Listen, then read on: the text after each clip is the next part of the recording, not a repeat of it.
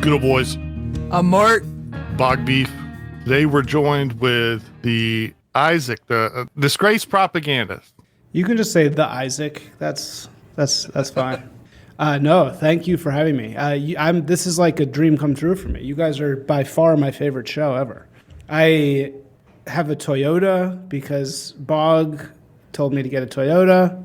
I call myself a populist because of you guys. Patronage. My whole life is just in your guys' footsteps. So I'm happy to be here. Thank you. I was very honored. You did a podcast after this whole the doggy stuff with the USAID. Had some very nice words. I was very, very thankful for that. That was awesome. But today we're going to be talking about a subject that this is kind of funny. Well, I'd say I know little about. I guess some people would say that's our job. Propaganda. That's right. I'll ask this two different ways. So first off, the concept of propaganda as we now see it is my understanding. I know very little that this was. I don't know if this came from communism, but this was used naively in communism. Like, well, we spent 20% of the budget on propaganda, and this word has this very dastardly, this is like an evil thing. Evil states do this. Evil people engage in this is propaganda. Like if your eyes are looking at propaganda, you are being despoiled, or in some way. Let's take that sort of academic dry question and let's make it juicy. Just recently, we had this scandal with right-wing influencers that were accused of taking Russian propaganda money. Now, this was Lauren Chin, and I think Lauren Chin seems to be the one. Like, I guess Tim Pool, he's still in business, but I don't know. But Dave Rubin, Lauren Southern, Benny Johnson, all these people were implicated in this, and Tenet Media. That's what people refer to this as a Tenet Media scandal. Let's just take this naively of what the government said, which I don't necessarily do. But if I am the Russian state and I cut a check to a American or a Canadian influencer for propaganda, let's say I'm the Putin guy, I'm the person higher up the chain. What do I get from me cutting this check for propaganda? What is the result of this? You mean, why would you cut a check to an American influencer if you're a Russian? If the question is worded wrong, that's good. I mean, hopefully you can explain. Like, what do I get if I'm this? Like, what are you purchasing? I'm this state actor. I paid money to foreign nationals for the purpose of propaganda. What am I actually buying? You know what I mean? I mean, in that case, it's just influencer marketing. You're buying the person in question, basically holding your product up by their face and saying, I approve. That's all that is. It's just a state version of influencer marketing. And then technically, I was in influencer marketing for a while. Technically, every single one of those deals, according to the what's the Trade Commission, you have to disclose those. Nobody does, and it doesn't matter, and nobody gets caught because it's just it's so overwhelming. It's such an overwhelming amount of people that do it. But yeah, you're just paying for a stamp of approval on whatever they want you to approve. So yeah, you're supposed to say that day, oh, Putin's not so bad, or whatever they deliver to you to give your stamp of approval to. That's what you're buying. Well, I guess what I'm saying. So, I'm Russia. I'm this state actor. This propaganda is being broadcast in a foreign language for people who aren't going to vote for me. Could be a variety of things. There is no answer of like, okay, this is what propaganda is for. Or you get what I'm saying? I see. You're saying, what are you actually getting out of it? Like, who cares if Tim Pool says we like Russia? That's what you're saying? I mean, that's a complex calculation. I don't know what exactly they're getting out of it. I mean, China does the same thing, right? I think it's I'll take a crack at what specifically in that example they're getting. Like, look at what's happening in politics, both in America and Europe right now. You have people in America lined up against Zelensky and other Americans lined up against Putin, but really those are just proxies, a battle between like Republicans and Democrats, or more, I guess, more accurate, like MAGA and progressive people. So if you think that Russian propaganda helped that along, and that's not impossible because obviously Ukrainian propaganda has been pretty successful in convincing people who live halfway across the world to care very deeply about this war that has nothing to do with them. Well, you could have spent a couple $1 million and created a rift in your like primary proxy opponents, everything, the political base, the social fabric. I mean, that's probably exaggerated, but it's a very small amount of money for something that could give big dividends. Yeah, it's like, why in the heck does some person who lives in Altadena have their Ukrainian flag waving? What does that person have to do with Ukraine? Nothing. Like, where do they even get this from? And they must get it via some large-scale propaganda on the other side, where they've been feeding you Putin bad for 8 years or whatever. And so they're able to sort of mobilize support. And Russia probably sees that, and they're like, well, we need to wedge that support a little bit, because if we don't wedge it, the last thing we want is for the American people to unify around some hatred of Putin. Putin's Hitler, right? That would be really bad for Putin if everybody decided that Putin was Hitler. Yeah, I guess what you're saying, and I've kind of done the math in my head, and like of how this would get complicated real quick. I'll just say it real fast, but it won't be great radio. But I mean, so I'm sort of doing the math in my head. So like, my thought here is like, at different times in American history, but let's just say that, the powers that be, our leaders, our congressmen and senators, they could just vote for unlimited. They could just make the decisions for all these wars and stuff with no care to us. I'm guessing that, however, we could then be upset and outvote them. So it's almost like, if this happened as it did, it's not like so much Russia is like buying the decision makers, but it's like if people were to support one side or the other, a politician, this would give them some breathing room with the respective public, whatever. Let's start over and go back to the what are the origins of the concept of propaganda, where it's at? I heard something in the pre-show that got me thinking that was why I talk about patronage.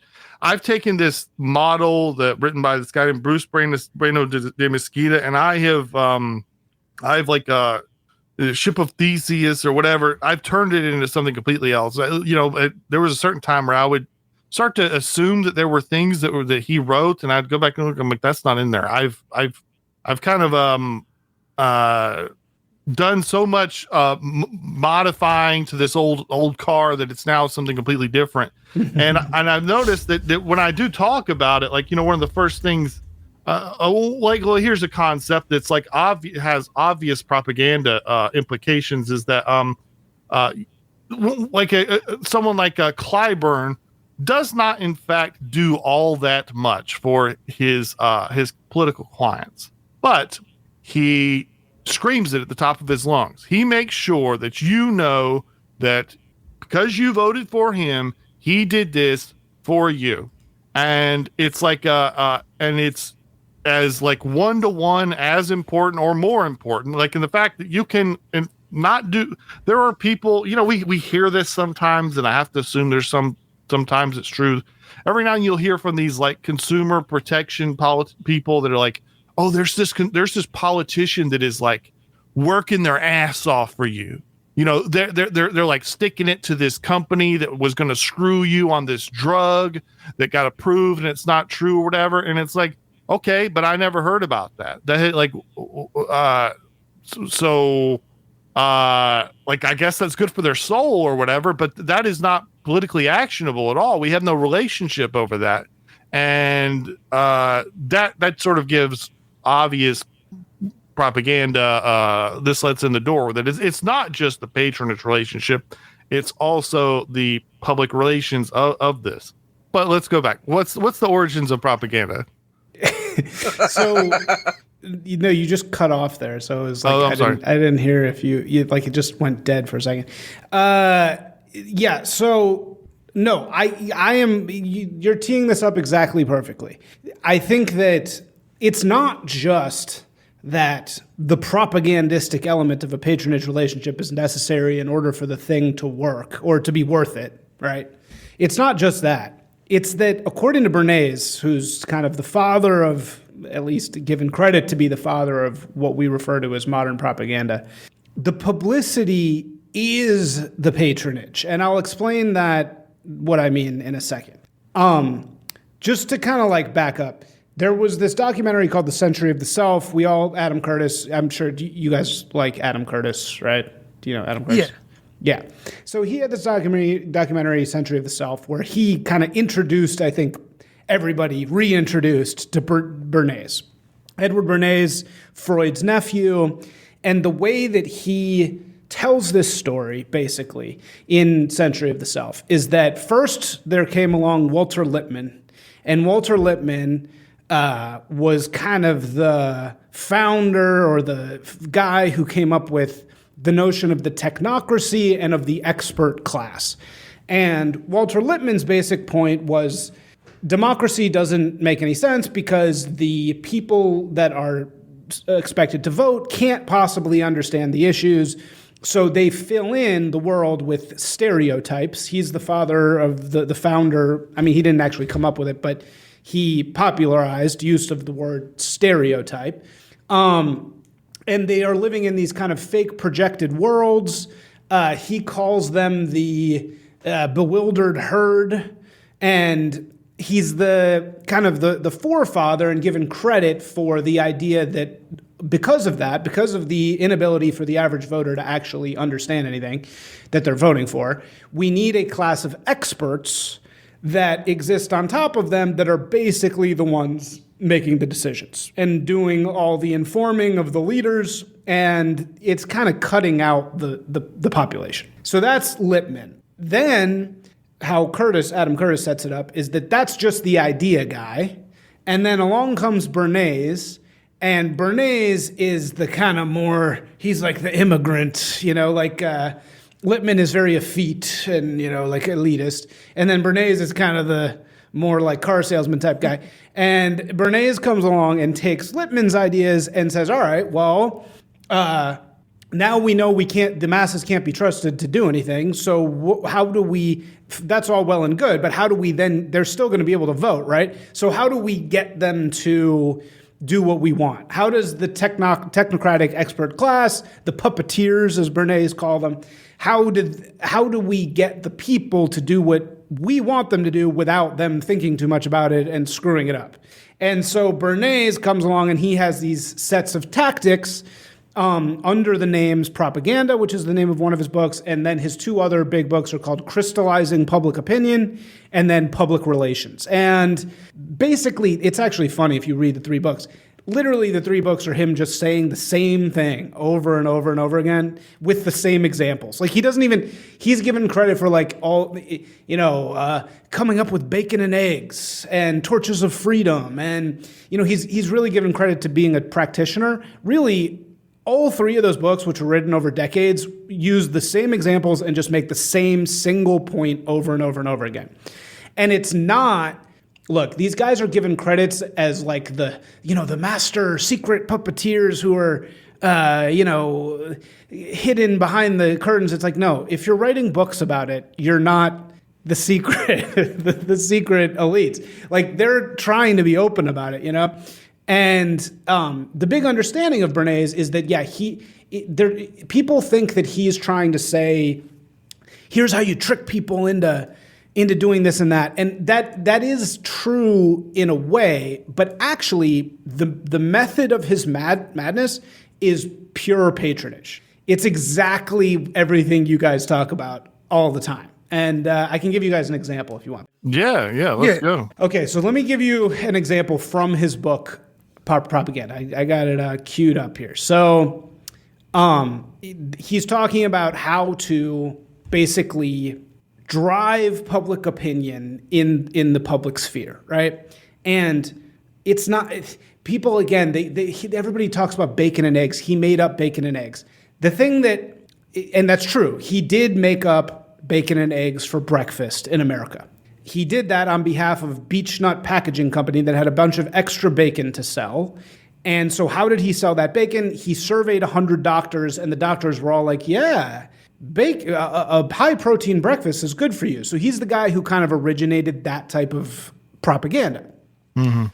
But in reality, it's not that simple. The point that he makes over and over and over again in propaganda is that, in fact, the way to do public relations and the way to shift people is to create coalitions, financial interest coalitions between 2 or 3 or more public groups. So it's a patronage relationship. Basically, he's saying the way to do PR is to create a patronage network, that it's like a little group of people that they're making a moment in culture, they're making something up, and they're making news, and they all financially benefit from that news. So let me just give you one quick example. So this is from his exact book.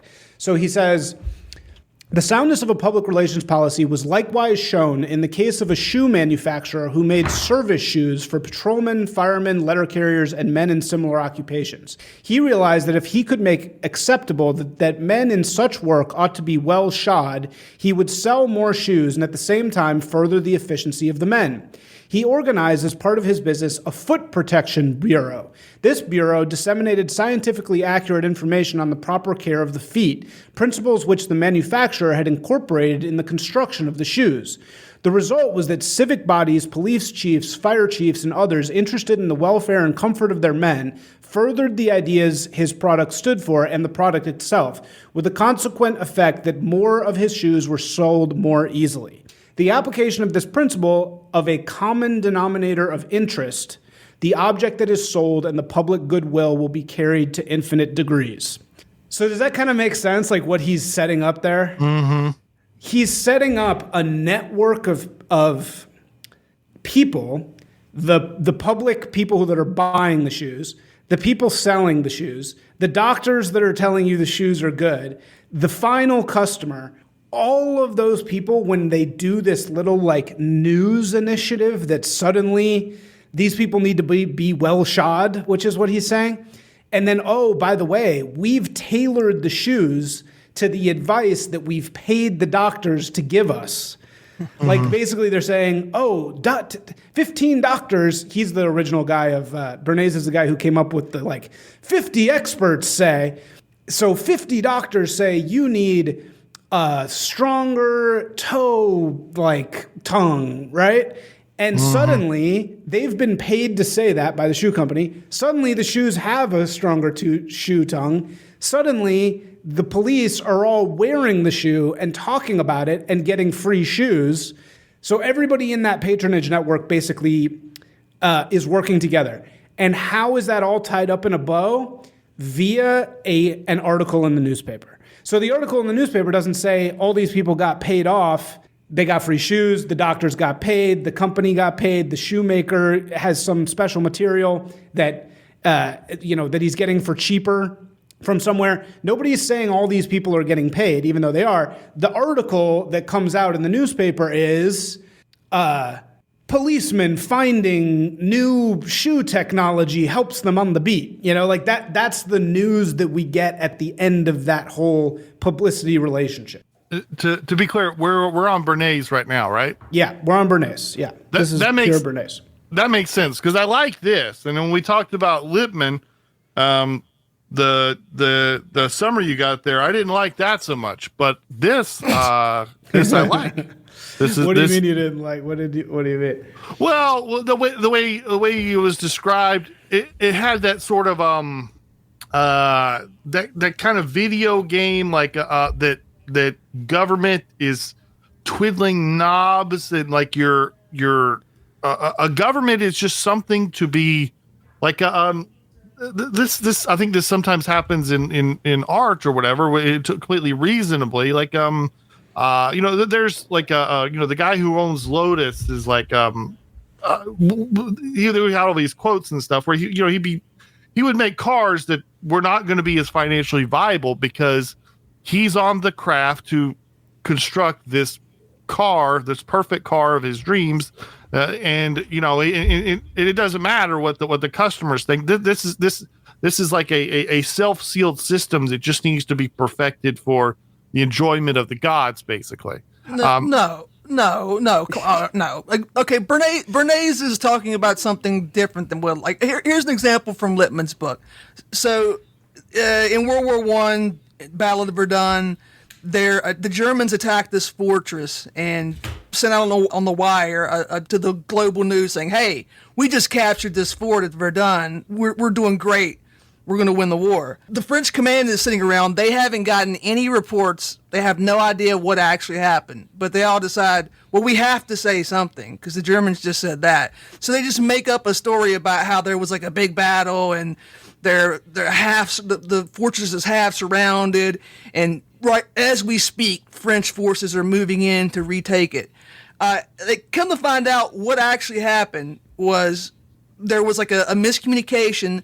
The French withdrew and like a bunch of Germans just like walked in. A couple guys just walked in and found that the fort was abandoned. And so both the French and the Germans made up complete bullshit stories and broadcasted it across the planet.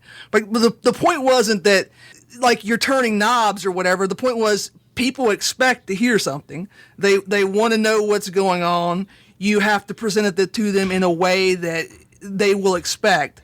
And like if you're talking about like World War One, talking about a global industrial war, it does matter what the public thinks. Like you have to have excuses for what happens. It's a kind of a different situation than I'm trying to sell Dr. Scholl's insoles to firemen and stuff. Okay. You know, what I'm just saying is that anyone that defines like a government, and there's a lot of like this would mostly define like people that are highly idealistic about government.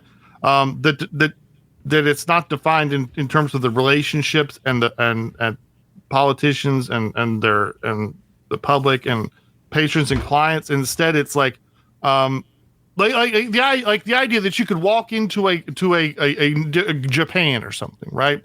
And everyone in Japan is loving it. Politicians are happy, the people are happy, they love it. But there's some metric that you have that you learned in school that they're failing on. And you go in there and say well, no, this is wrong. Fuck you. We're gonna fix this. Well, it's like, well, that doesn't make sense to me. Do you get what I'm saying there? Well, but the whole point of what Lippmann is saying is that the modern world is too complicated for the people to be able to communicate with their patrons, and for the patrons to communicate to also, a lot of the patrons don't understand the technical details either. So you need an intermediary to go between them, a management cast, and that. I'm not agreeing with that assessment. Like what they're both doing, and Lippmann does it in a more, I guess, seemly way than Bernays is saying. Okay. It's the 20th century now. Everything's super complicated. We have all kinds of cool electrical stuff. What we need to do is you need to have this cast of people like me who could be the intermediaries between the populace and people with power. And I want to be the vizier, and that's what they did. They succeeded wildly at that. And it's not saying that you don't need page. He's not a, well, we can just do the technocracy and have everything run by the numbers thing. It's more, you can't understand the numbers. You need somebody to explain them to you. And obviously, when you put yourself in between people like that, you're taking some measure of power, if not all the power, for yourself. And like the 21st century is the story of the 21st century is dealing with those people now that they've completely taken over everything. Well, yeah, I don't like I don't like that. I like the if these people are advising the leaders. Well, this comes up. I used this example before, but I think maybe I'd like to discuss this somewhat. If we talk about public relations, are you aware of Kiwi Farms? Yeah, vaguely. So it's like the internet's National Enquirer, I guess. Like. They have this, like, it's like the guy who runs it, is like super lawyered up in this way that like people know they can post anything on there. They could post that the Pope's home address and the codes to his safe or something. And there's this guy has like this. Well, some guy has this website that make it so that you could get away with posting anything. So it became the dirt sheet for the whole internet. And they track all these people, and like the main thing they focus on is these sort of nuts that sort of like lose their mind. It's been only people that had some success in online media, and they kind of lose it through typical things like addiction and stuff like that.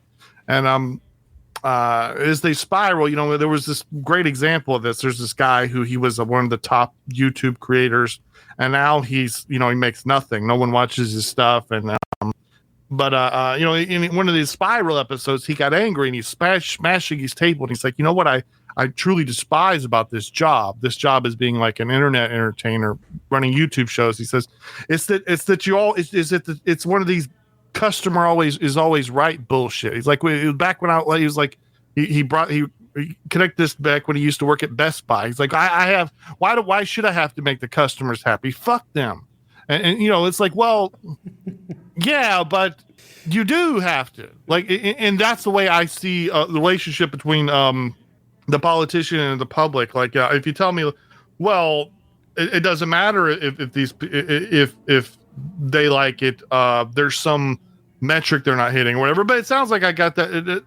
I did want to comment. So I don't know Adam Curtis. I think I've heard about this. He makes like he said documentaries that are hyper normalization. Yeah, that stuff. He's got a bunch of them, and he's got a cool style. He's like a cool stylist.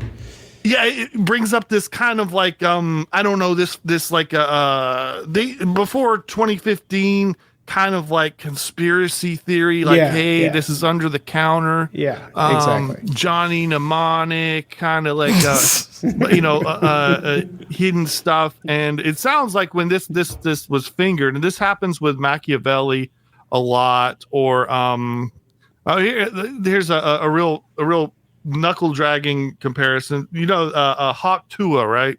Yeah, of course, yeah. So she scammed all these people and took all their money, and people found this clip of Howie Mandel joking with her on the show, and Howie Mandel was like, "Oh, you're Jewish" or something like that, right? And like, if you know anything, like there is a 0% chance that a girl named Haley Welch from rural Kentucky is Jewish. That's just, it's not possible. But there's so many people that were like, they needed something. They're like, I knew it. I knew it all along. You could see it. You could see it just with the way she talks. Listen to that drawl. Look at her. Jew drawl. I can see. And with this, it's like, you know, I don't feel comfortable with modern life in this kind of, I don't know how to say it without sounding trite. This stuff like the feelings, like in the beginning scenes of the first Matrix movie. Oh, you know, you know, this corporatized, this kind of, you know, Gen Xer type complaints about the world and stuff. That's like, okay, we found the guy. He admitted it. He did it. All the problems are him. This guy did it. Adam sounds Curtis is definitely that. Yeah, Adam Curtis is Gen X, not Gen Z. Adam Curtis is Gen X conspiracy vibe, like through and through, for sure. And he actually has them wrong. That's the thing. He's got Lippman and Bernays wrong. Like it's kind of BS. I mean, speaking of Jews, they're both Jews.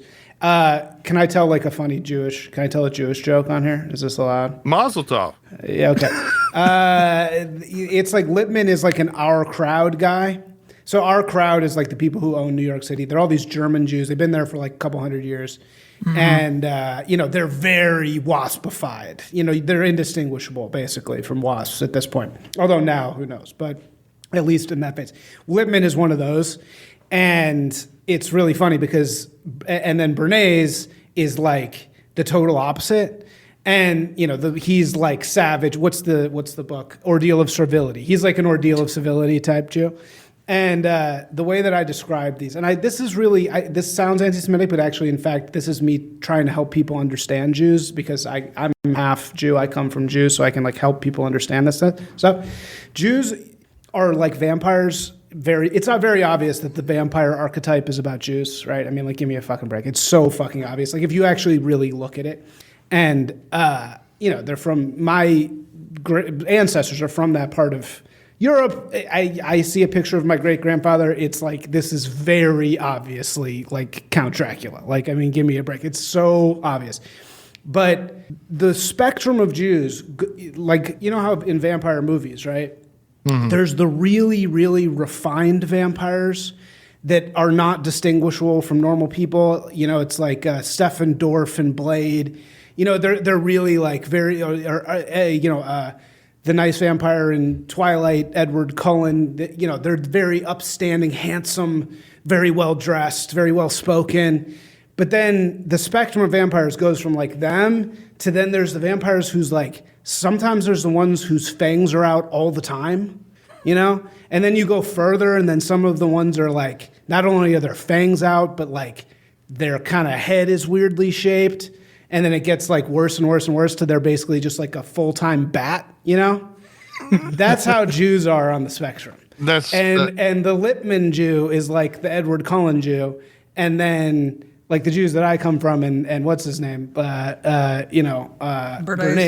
They're like the teeth out all the time type of Jew, you know? They're like the more like hulking bat type of Jew who's just like always in bat mode, you know?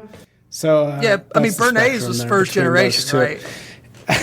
No, I mean, it's you mean between them two? Yeah, I don't know when Lippmann's family got. No, I think Lippmann. Yeah, I don't know when they got there, but yeah, no, I think he was like second or third generation. Yeah, he must have been second or third, but Bernays was first generation. He was straight from Vienna. You know, he was like a very different type of guy. All right, that's the first kind. That's the Ventru. Those are the aristocrats. They they rule, lead, influence, govern. The in between. That's the Nosferatu. Yeah. They sort of lurk around, like, because they're, if you look at them close, they're messed up, but it's not all the way. It's not all the way, exactly. It's right. Like so they're the skulking guys. You know, that's their thing. And then the Gangrel, that they just stalk and they have bestial features. It says here. And those are like the Persian Jews, or they're just in, the Persian Jews are just in beast mode 100% of the time. Oh God, they're never. What's their political party in Israel? They're the guys that vote for Bibi. You know, the Likud. Yeah. The old Mossad types. They consider them, the dark. They're like dark skinned rednecks or whatever. I don't know. There's all this. Oh yeah. And they're savage. They're completely savage. I've been in one street fight ever in LA, and it was with two Persian Jews who were just acting insane. They're complete savages. They're great though. I like them. I'm just joking, but it's fun. I love being called Likudnik by anti-Semites. They're always like, "Oh, you're part of the Likud." I'm like, I don't even know what the Likud. I literally don't know what that is. It's like a party. I don't even know what Likud really is. Yarvin tried to tell us all about this. It was the one guy's got here first. It's funny, Merrick's half German, and they do the same thing. Whereas the Germans that got here originally, those were good guys. Everybody likes them. They don't have radical revolutionary ideas. And then all of a sudden, there was a whole bunch of crazy communists that show up. When did they show up, Merrick? 1848. And I want to say again for the record, when you say I'm half German, I'm German stock that's been here since the 18th century. It's not like my dad was from I was going to say, Merrick, I'm disappointed to hear that you're a German. But your dad looks like a Nazi poster, though. I mean, your dad is 1,000% German. No, don't get it mixed up. Yeah, we don't like the 1848ers, but I can't speak the Mobugs thing about the different kinds of Jewish people not liking each other, but like there's a definite difference between the 1848ers and the colonial Germans who came in from Pennsylvania and came south. They're like bestial people, right? Like the beast Germans. That's what happens. So I'll say this to. Both of these guys seem to believe, and this is a very common view after World War I, and I mean for a good reason, because they won, they got their way. The idea is that you need really in modern democracy, or not just democracy, any kind of modern government, you need a layer of schemers to run everything. See, it's like Yeah, it is that. That's definitely what gets put at their feet. But again, I think they're really actually a lot more descriptive than they are conscriptive, if that makes any sense. Like they're really describing what they're seeing a lot more than they're like actually doing it. Like Bernays is so obviously like not. He's a guy who did like a couple things and then made his whole career talking about it more so than actually doing it. I know this because I am one of these people. And, it's like Bernays is describing how things go more so than saying like this is how it should be. And another note about Lippmann, actually, later on, Lippmann sort of said no. He like abandoned the technocrat thing and said later on, he was like, no, actually, that it should be decentralized. He said he ended up sort of on the ultra libertarian vibe later on. I didn't mean to suggest like they came up with this and like people said, "Oh, this is a great idea. We'll go with it." They are describing what had already happened. Yeah. If you're being really conservative about it, it happened during World War I. It happened before that. And if you listen to this podcast enough, like you've heard this a billion times. End of the 19th century, the beginning of the 20th century. That's when the technocracy was really born. You could send this back to the Pendleton Act. Like the Pendleton Act is more of a birth of this creature than anything that Mr. Lippmann or Mr. Bernays wrote down. But they're good because it was funny, you said it earlier, like if you're writing a book for the mass consumption about something like this, you're not really an insider. You're somebody who you're trying to make a name for yourself or whatever. That's kind of like they're pointing at the barn door after it's already been opened. Yeah, I think that's pretty true. And it's like even as a describer, another part of Lippmann's thing was the in crowd and the out crowd, and this is pure Yarvin, which is that there's two competing expert classes and they go in and out. And he said that the only role really of the voter is to like kick one group in and kick one group out. But then once the group is in and out, they don't do anything. But like what but their job is basically to like be the catalyst to like push one in and push one out. Right, and I brought this up. That's the very important point. It would be impossible for it to work the way they're stating it, because like obviously once you have this group of experts, it doesn't matter if they're currently in office or not, everything runs through them. All decisions ultimately have to go through them. And like the idea, whether it's true or not, the idea of the in and out crowd of experts, that's how people today, or maybe up until very recently, just like the public just assume that's how it works. Like when the debates about Trump and using executive authority, all the complaints about that you'll hear from normal people and from some of our elected officials is that like, well, you can't do that. You need your own experts to prove that you can fire our experts, and like it's some kind of game. And it really the obvious solution for all this would be to just get rid of the middleman and go back to having a direct relationship. This thing comes up with Machiavelli a lot, and this comes up with patronage stuff a lot.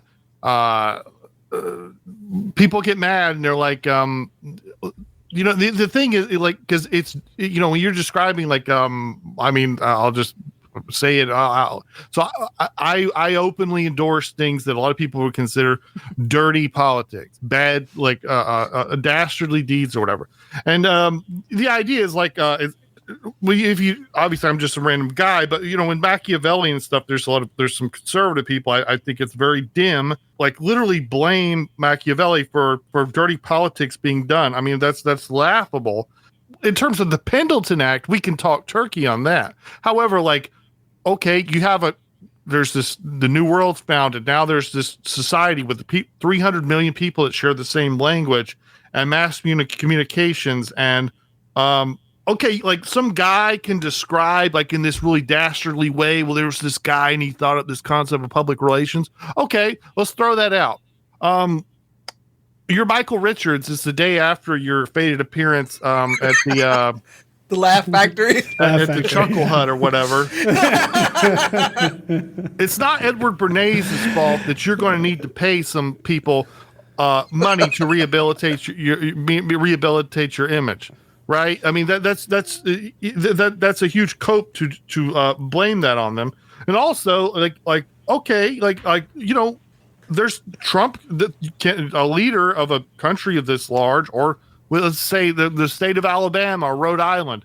Well, they can't have this direct relationship. They're going to want people to help them do everything from how they dress right to they literally write their speeches or and communicate their ideas. Even them as a politician they're not like the old Jay-Z quote, "I'm not a businessman, I'm a business, comma man." Also that they are also this kind of entity in the same way of the king is not just a guy. He's also the state that you've shoved into the body of a person. Blah, blah, blah. At least I'm just getting at it is a cope just to sort of blame these people for for these kinds of things. They're just like, okay, we'll do something different. What are you going to do? I know, because the problem isn't that they exist. The problem is the idea that you have to go through them, that it has to be filtered through them, that even the king doesn't understand. Neither the king nor his subjects can understand this thing. It's too important. Only my big brain can do that. So all the decisions have to go through me. No, it's fine to still have the experts, but they work for the king. And that has to be the way the relationship works. Once you rearrange the power structure to go back to something more natural, I won't say all these problems are going to disappear because that's utopia, but a lot of these problems will go away. Right. So like an example would be, okay, like all the arguments about experts or public relations or the difficulty of managing modern society. You have to print the passports and figure out how to fuel up fighter jets and all this bullshit. Sure, experts all the way, but okay, let's we don't need the Pendleton Act necessarily. Why would we necessarily? The idea of that is not written into the basis of reality. Pendleton Act, if you're not aware, that's just like, and I'm using that as a proxy for all the one of the things that's come out with the doggy and all this. The federal bureaucrats is that they have immense protections over their employment and things they do. We had that great discussion on Twitter the other day that really got my mind going, where it was like the first step was there was FBI agents that I guess were leaking stuff, and they were doing things that were not to the desires of the current United States president and the current director of the FBI. Now, a lot of people that don't know a lot about the federal government, they can't just if things were like I would like to be, I'd like the president to be able to just grab an FBI agent and polygraph them on the spot or fire them on the spot or any of these things. Now you can't do this stuff. But because you can't do that, something that came up between us was that's also true within them. So it's very likely that it's not like there's a secret boss, another castle. Yeah. In fact, it's likely that within these things like the FBI or the CIA or just the federal bureaucracy, that there's like a warring battle of cliques and stuff like that. Yeah, because definitely. They are also protected as such from each other. Go ahead. You call yourself Disgraced Propagandist. So I assume you didn't choose that. I mean, I chose my name completely frivolously. It was just random words floating around in the soup of my head. So this is something you've thought a lot about. Do you consider yourself a propagandist? Well, I'll tell you why I picked that name. I was launching for my first time, my actual attempt to get good at Twitter and become like an internet presence as a way to do biz dev and to feed leads into my new business, which was this based branding company, which is propaganda. Propaganda just comes from the word propagate. It was a church thing. That's what that word was for a very long time. And then it was kind of, at the turn of the century, it became this thing of the Soviets in World War I and posters. The first real, I think, recognized piece of propaganda besides the Uncle Sam poster is the Enlist ad from World War I. But anyway, Lusitania, it's a mother and her daughter drowning. In any case, yes, I come from mainstream marketing kind of ish. I mean, I was always sort of like a bottom feeder anyway, but And yeah, a few years ago, I basically became disgraced, literally, because of voting for Trump. And doing that in LA marketing is like absolute suicide, which it was. Public relations and propaganda are really like very different things. And I think that the tie-in for public relations is very, very similar to what you guys mean by patronage. Well, let's here's something that you wrote. So first, all societal projects are propaganda initiatives. There's simply no other way to realistically get things done in bottom-up structures like democracy and consumer capitalism. You have to move the masses, and the only way to move the masses is through propaganda. Second, every propaganda initiative must seek to unite different subgroups around a single cause. And the best way to do that is to appeal to leaders, celebrities, brands, universities, media companies, scientists, etc., of these subgroups. Third, in order to fully participate, these leaders must have skin in the game. You can't merely appeal to these entities rationally or emotionally.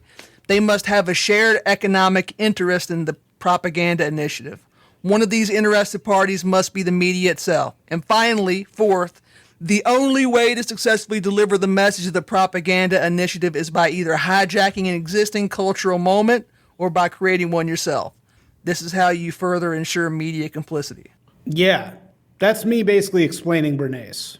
That's me explaining Bernays's books, and they all are basically saying that. Do you have an example of a entirely media fabric? There's this I don't know if you heard this. There was a scientific experiment a couple of years ago. Some guy won a Nobel for this. That he created like an internally logically sound system of mathematics, whatever. In other words, complete mumbo jumbo, but it. Basically, it's like creating a world of the a Lord of the Rings world or whatever, where like all the history makes sense. And the idea is that things can be fabricated that are, well, I mean, it sounds like a very difficult job. What I'm getting at is to create the media to create things out of whole cloth. What is an example of some things like that? It's so in Bernays's day, he does this great thing in that same article, and we don't have to go through it because it's long, but he does this amazing thing where he takes the front page of the New York Times and he breaks it down to which ones of the things on there were genuine journalism versus which things were a result of a public relations initiative. And he says it's about 50-50. And that's in his day. Today, it's 85% minimum. And I know this. I've been a journalist, and I've been in PR. I've done all sides of this. When you are a journalist of any kind, you wake up every morning to 100 emails from publicity agents trying to get you to write about whatever their thing is. Right?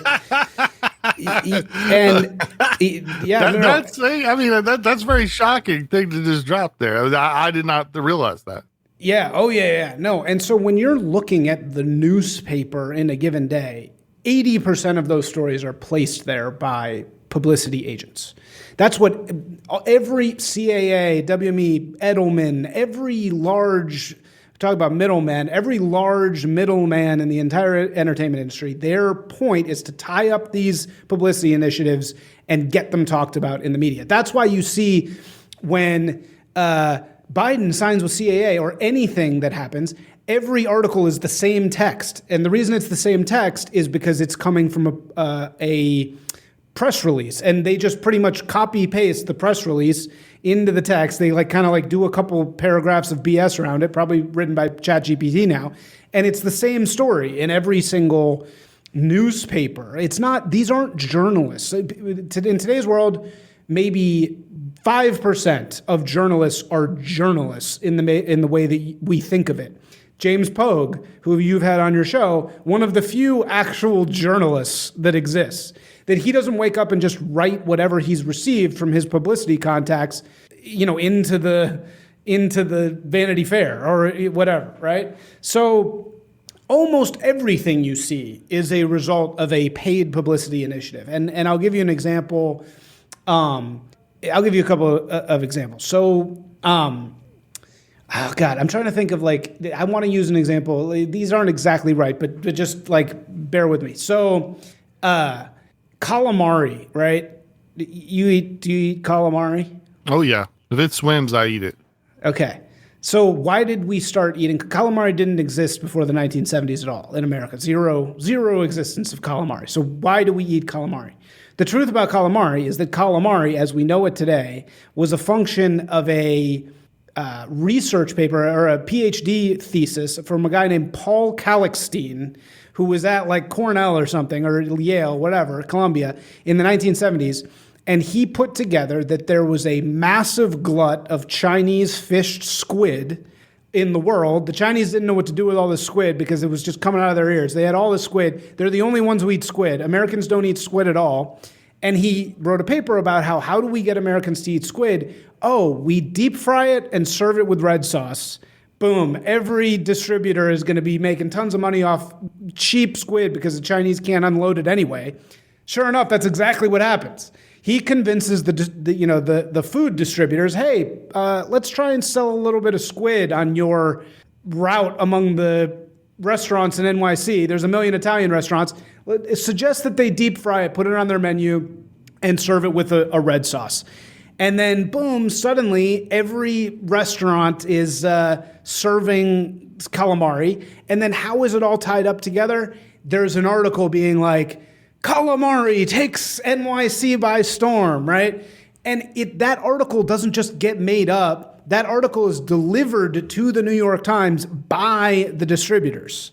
So everybody makes money. The Chinese people make money. The restaurants make money. The distributors make money. That's what Bernays means by public relations. It's these like initiatives that come together and they make everybody involved money. Let me just give you one more example from my personal career. Hang on. So by the way, people did eat squid. So I grew up on a shrimp boat.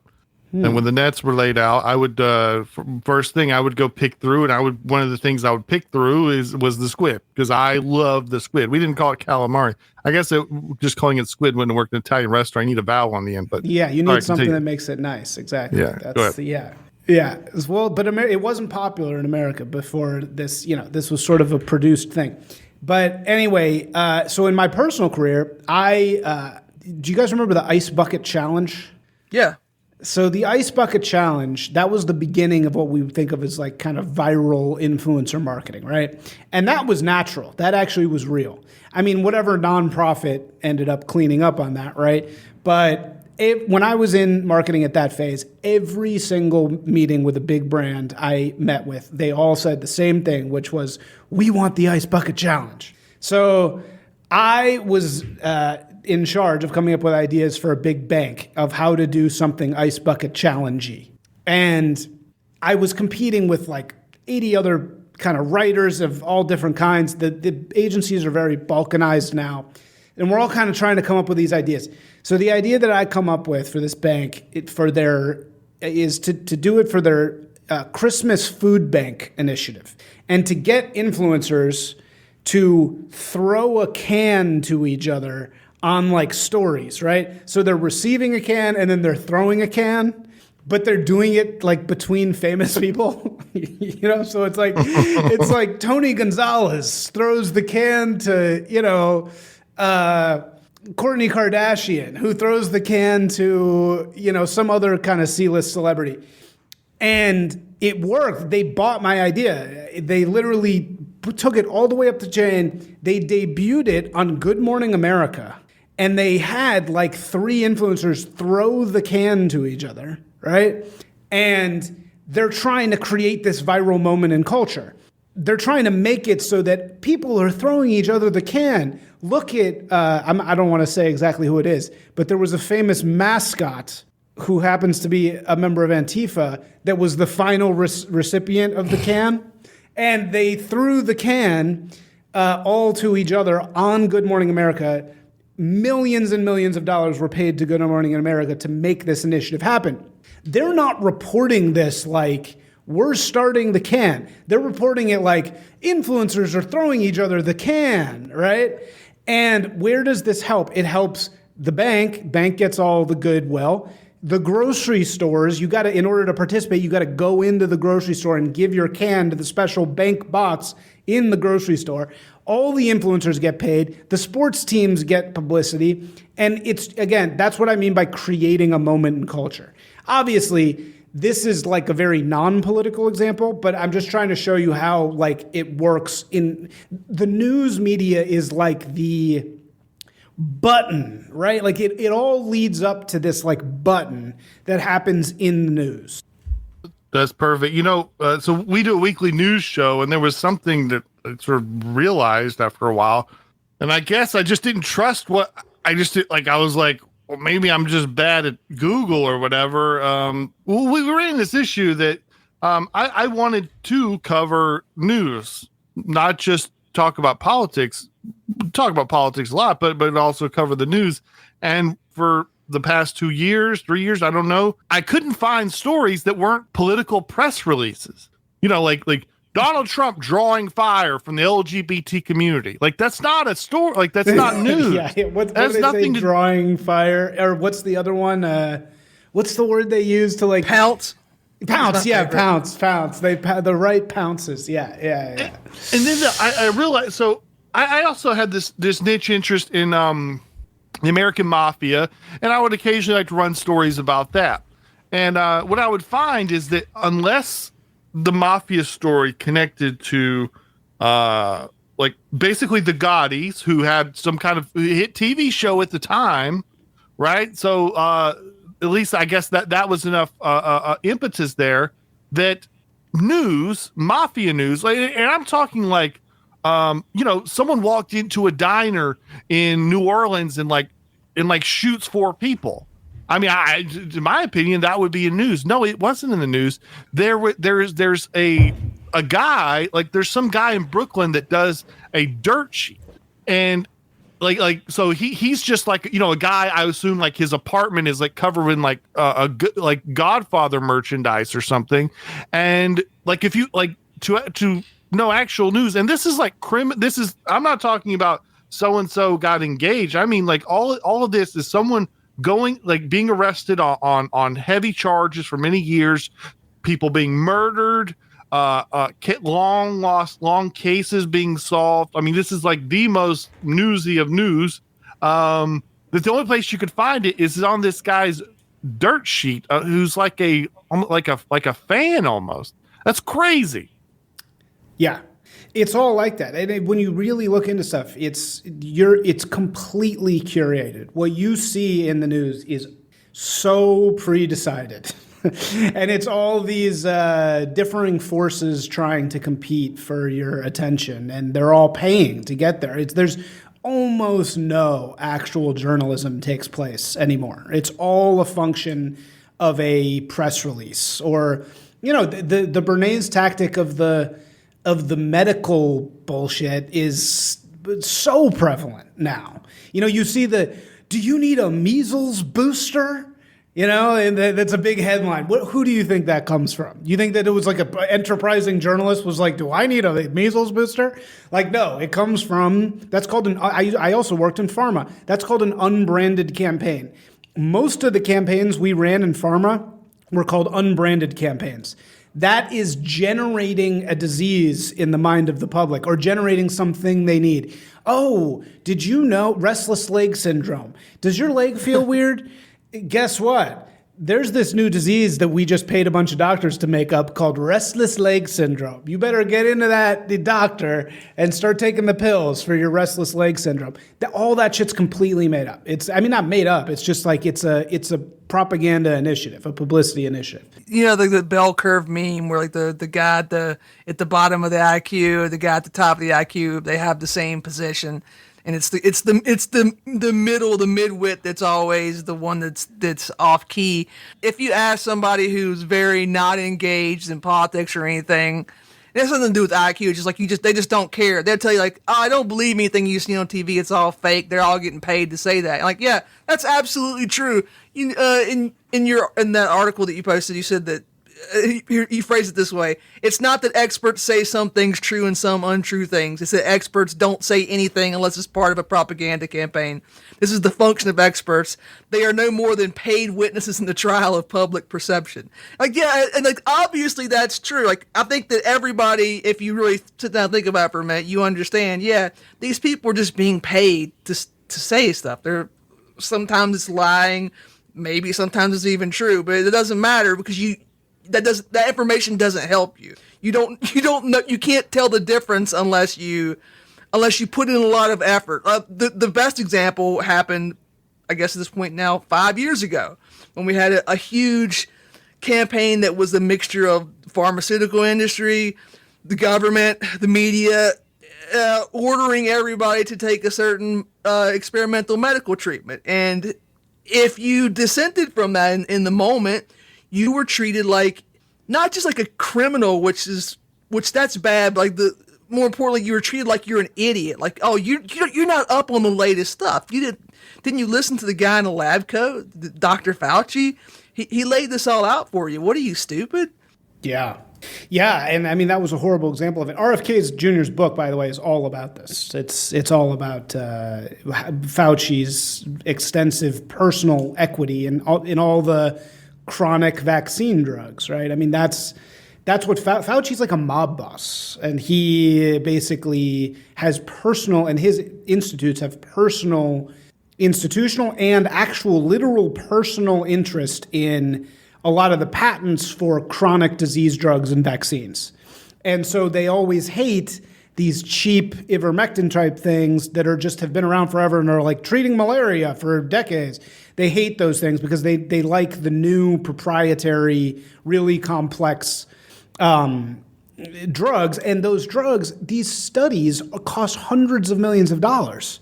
So that's why I say, at least in the medical context, experts aren't saying anything unless they're getting paid that. It's not like they're doing studies. They always say, oh, there's no evidence that this supplement works for this. It's like, yeah, because who's funding a $100 million study to see if some really cheap supplement you can just get anywhere works? Nobody's funding those studies. And so that's why there's no evidence, Yeah, if you ever wonder why off-label treatments and like there's these pills you can take that genuinely do help, but they don't really know why they help. It's because it's this reason. If nobody's shelling out $100 million to pay for it, you're not going to find out.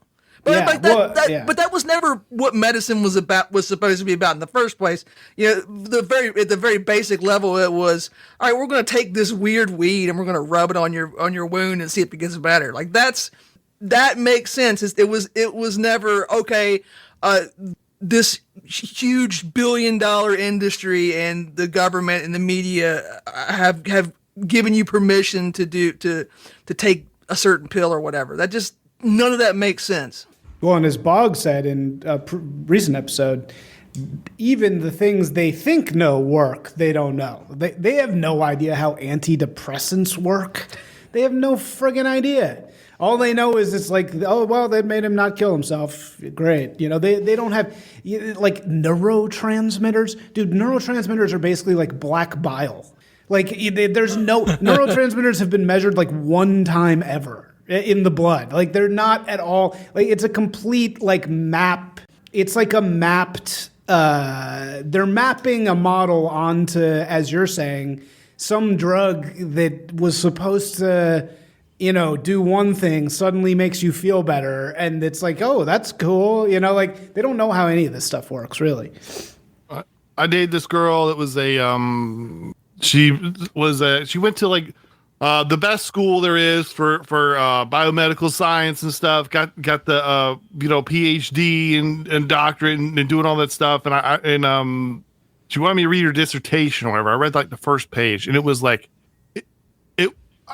I mean, there was just zero way for me to interpret any of it, and I just started asking questions. I basically come to find out she was like, I was like, this would take me years to like get to where I could understand like this first paragraph. I was like, how many people are there that understand this paper?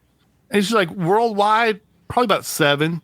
and when you were number 8, I guess. Yeah, and it basically, like, from like her professor is the guy, and there's like, cells have these organelles, and he's the guy that knows a lot about this one piece of one organelle that is in human cells, and like 7 other people know it and know about it. And if you that could understand that, like, if you start to think about how medical research is done, how anything gets done within medical research, like when things are suspect. I mean, it's mind boggling and kind of terrifying.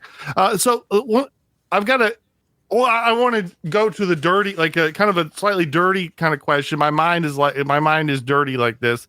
So, with the patronage stuff, there has to be this moment where you're like, okay, this is kind of dirty, but you have to do it. Or if you're a gun guy, we were all taught this, right? So if you're big into guns and you're big into our freedoms as American to bear arms, we've been taught, we've had a lot of wins in the past 10, 20 years. And I think, guns is a very masculine thing. A lot of guys come to the military and stuff. We would consider things like lawfare and things like that to be kind of like cowardly. And that's the way game. That's not what we do. But then we come to find out like the gun lobby was doing horrible for a long time. And then the strategy was changed to where instead of all this like, weird influencing politicians, instead of trying to buy politicians or yelling or trying to change people's minds. Right. The strategy was changed to let's just pool all of our money and put it in a dump truck and just dump it off at attorneys' houses. Just shovel all this money to attorneys. And next thing you knew, things started changing. These attorney guys were able to do what we couldn't do. Now, the way you're describing the marketing as perhaps not just like one method that involves one industry, is this the kind of thing where it's like, look, if you don't become somewhat of a marketer yourself, if you don't learn to at least be somewhat fluent in this, in at least a traveler's sense, then you're going to be a mark, you're going to be taken advantage of. Or in fact, if you have things that you care about, you want to get off the ground, get going, this is the way things are done. It's the kind of thing where you don't like lawyers. Well, sorry, if you want gun rights, you have to pay lawyers. I mean, you totally read my mind right now. That's exactly what I was thinking. And I also wanted to ask you guys something about patronage that's exactly along these lines. But the short answer is it's so much deeper than lawfare, man. Lawfare is some bitch ass shit, but yeah, you do kind of got to learn how to do it. Publicity is unavoidable. It's like patronage. It's the exact same thing. The way that the impresario class, the class of people, like I'm a cultural guy, I'm an art guy. The way that group currently selects is publicity. That is how it decides what it is sponsoring, right? And it sponsoring stuff matters, man. The middle class, what was Weinstein famous for? And I'm going to use another example in a second. Weinstein was famous for brutal campaigns to make sure his movies won Oscars. That's how that was his big thing, is his movies were going to friggin' win an Oscar, no matter what. And that was all publicity. It was all all press game. And, giving favors, paying people off, threatening people, whatever it was, that movie was going to win an Oscar. But his movies were also great. He also cared about the quality. I just watched a great documentary about Suge Knight. I'm a big Suge Knight defender. Suge Knight had the best music in the world at that time. I'm sure you guys will argue with me, but people in Sweden were listening to NWA, right? Like they were loving that sound. He had that sound. He admits he was on a payola basis with every radio station. So not only was NWA, Snoop, The Chronic, that was all debuting at number one, he was also paying off every single radio station for every one of those plays, not to mention holding people over balconies who weren't giving him, the rights to the things. He was doing both sides. It's the same as patronage. It's like, yeah, you got to believe in the art, and the art really needs to be good, but you also need to force it through. You have to force it through. And if you don't force it through, here's what I want to ask you. on the right, we have this, we need to set up these patronage networks in art. And I interpret what a lot of these people are saying as we need to fund artists, and then one of those artists is going to hit. But that's not really what you mean by patronage, right? Well, what they're saying is you should give me and my friends money. And like the excuse is, well, if you do that, one of the people that you give money to will become the next Jackson Pollock, and then it is exactly. no, like they're just people That's saying what I hear, you should give me and my friends money. That's all that is. For me, this is something that I need to think about it more. My brother's a big art guy. He's like curated art galleries and stuff like that. But like. I need an answer for this, just because for a lot of people the word patronage, when for like their immediate association is basically these relationships that sort of Venetian bankers had with painters, I guess, in the Renaissance period, that sort of thing. And obviously, I mean, I need to come up with a more developed answer for that, but I feel like if you're an art guy, you would know more. You would know more than me. But like, what does that mean? I mean, that is difficult, because what you're talking about, where it's like, well, here's how so those Venetian banker guys, they were buying PR. That's what they were doing. They by giving money to these guys, people liked that. The public liked that. Well, think about what they were painting. They were mostly painting religious things. So like you were currying favor with very specific sort of people. Right. Paying Michelangelo to paint the Sistine Chapel. Who the church had basically veto rights over essentially local barons and stuff like that, but also things like like a fountain in Italy where it's so dry and stuff is an air conditioner. It's awesome. People love that. If you go to Julius Caesar would every dollar he would get, he would take it and spend money and basically put on these UFC fights.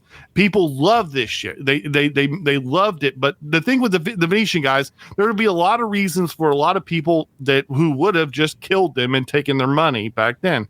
But they saw it as purchasing public relations for themselves. It is hard for me to, I mean,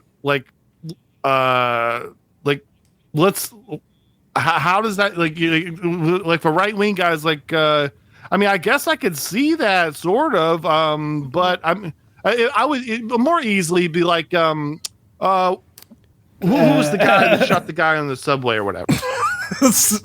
What? Bernie Getz? No, the guy did it. No, he didn't shoot him. He held Daniel him. Penny. Oh, Daniel Penny. Daniel Penny.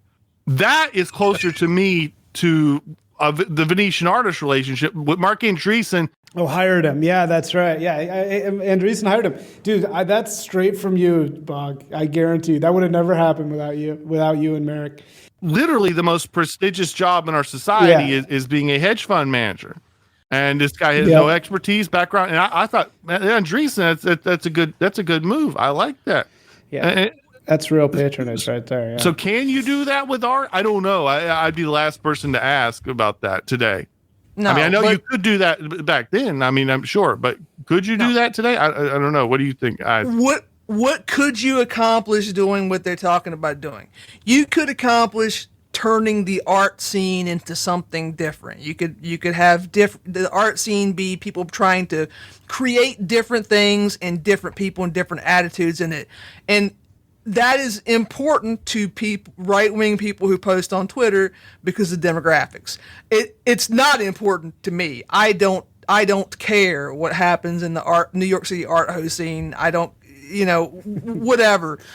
So but I mean, you have to admit that so certain influential people would, if you could say like, oh well, hey, you're certainly there are powerful people who could do things that you would like, Merrick. I mean, right?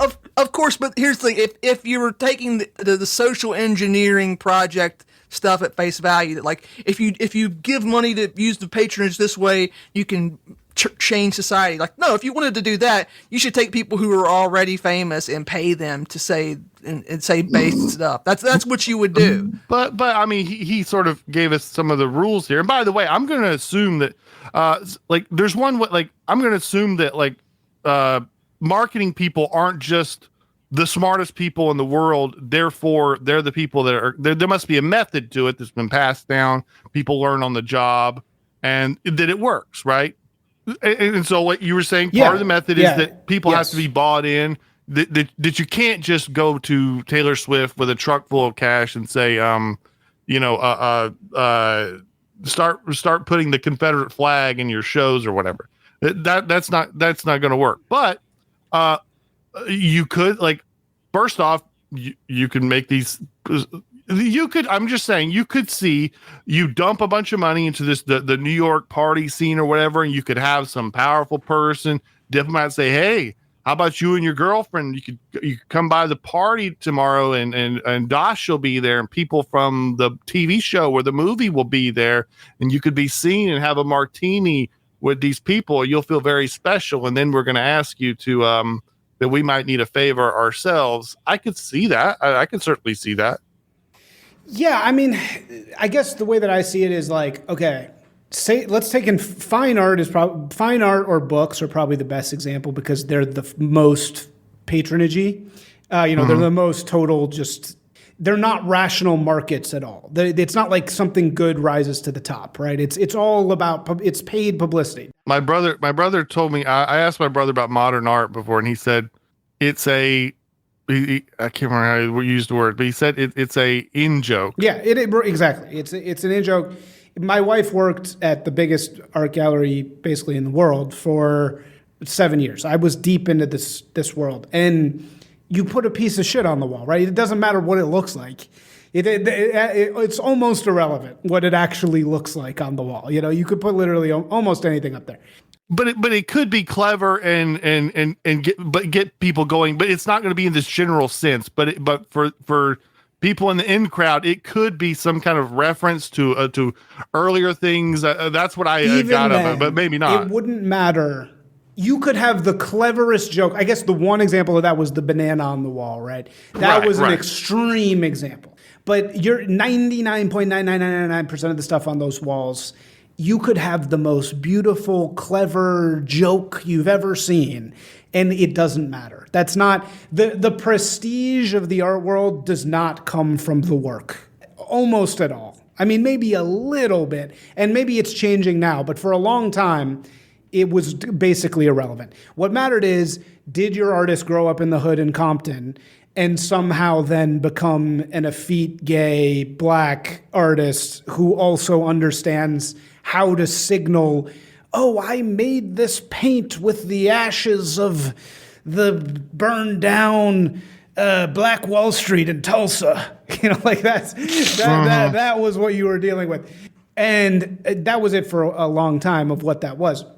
But anyway, my point here is, you hear this thing from people in our scene who misunderstand you guys. At least this is my take. They hear patronage and they think we need to give some right-wing artists some free money. And then one of those guys, we're going to get 50 reps, and one of those reps is going to take off. We're going to get 50 artists to paint some pictures of cowboys, and one of those cowboy pictures is going to be recognized by those damn New York Times people. They're not going to be able to deny how good this cowboy picture is, and then we'll take over the art world, I feel like that's how they're seeing it. That will never happen. You could commission 2,000 cowboy pictures. Not one of them. It will be 0 out of 2,000 that will get recognition by the New York Times.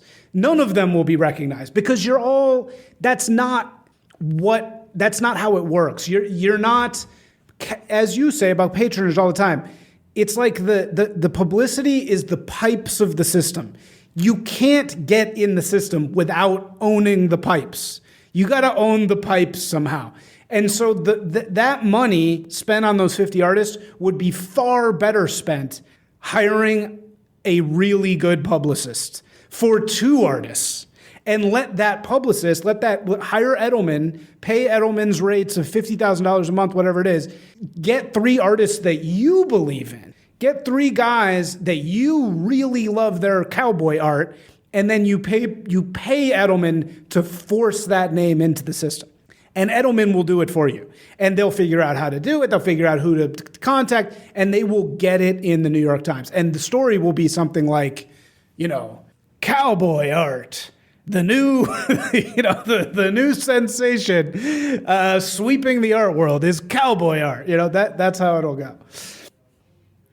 And then once you force that into the public consciousness, the people who are making the cowboy art, the based whatever artists, they're going to get a taste too, because it's now this is what's cool. I don't know if the examples come up, like Beyonce Knowles just put out a country music album, right? That's not that's probably not her first choice, but that's where we're going. We're gonna see on our brand, Dukes of Hazzard branded podcast, we're gonna see another resurgence 100%. of that late 70s 100%. Dixie core. I'm not saying it's gonna be exactly the same, but you're gonna see they're shifting back to like stuff that's gonna be chud friendly, because that's just how this works. Well, that's kind of the story of Nashville. So I'm not going to tell the long version, but basically Nashville is full of people that dreamed of being jazz musicians or doing all kinds of other art. And then they realized that the only music that people pay to go to live shows and the people that still buy music and are people who buy country. That's why everybody ends up in Nashville with cowboy boots on and stuff. It's not their, it's not their first choice. I like this. This is a subject where there's a certain aspect to this that is outside my wheelhouse, but I try to be empathetic and understand by going back to the lawyer example with the gun rights. It's like there's a legitimate problem so where I live, everyone's a Trump supporter. Like there's no problem, right? So but like it could be a problem for me if people who go to law school, there's no way for themselves to see themselves as being cool or I don't know, however they need to feel enough to take money from right-wing people to do lawyer work for us. And that's where that stuff comes from. I always think of I tried to see one of my favorite things. So like this is like a joke about us, like about Southern chud or poor people in America, or whatever, that I always thought was hilarious is, have you, one of the most fashionable shoes they sell in these like very expensive $3,000, $4,000, this high art gallery fashion shoes or whatever. Yeah, vaguely. There's like maybe a $4,000 shoe, right, and it's Crocs that are turned into high heels. Have you seen this?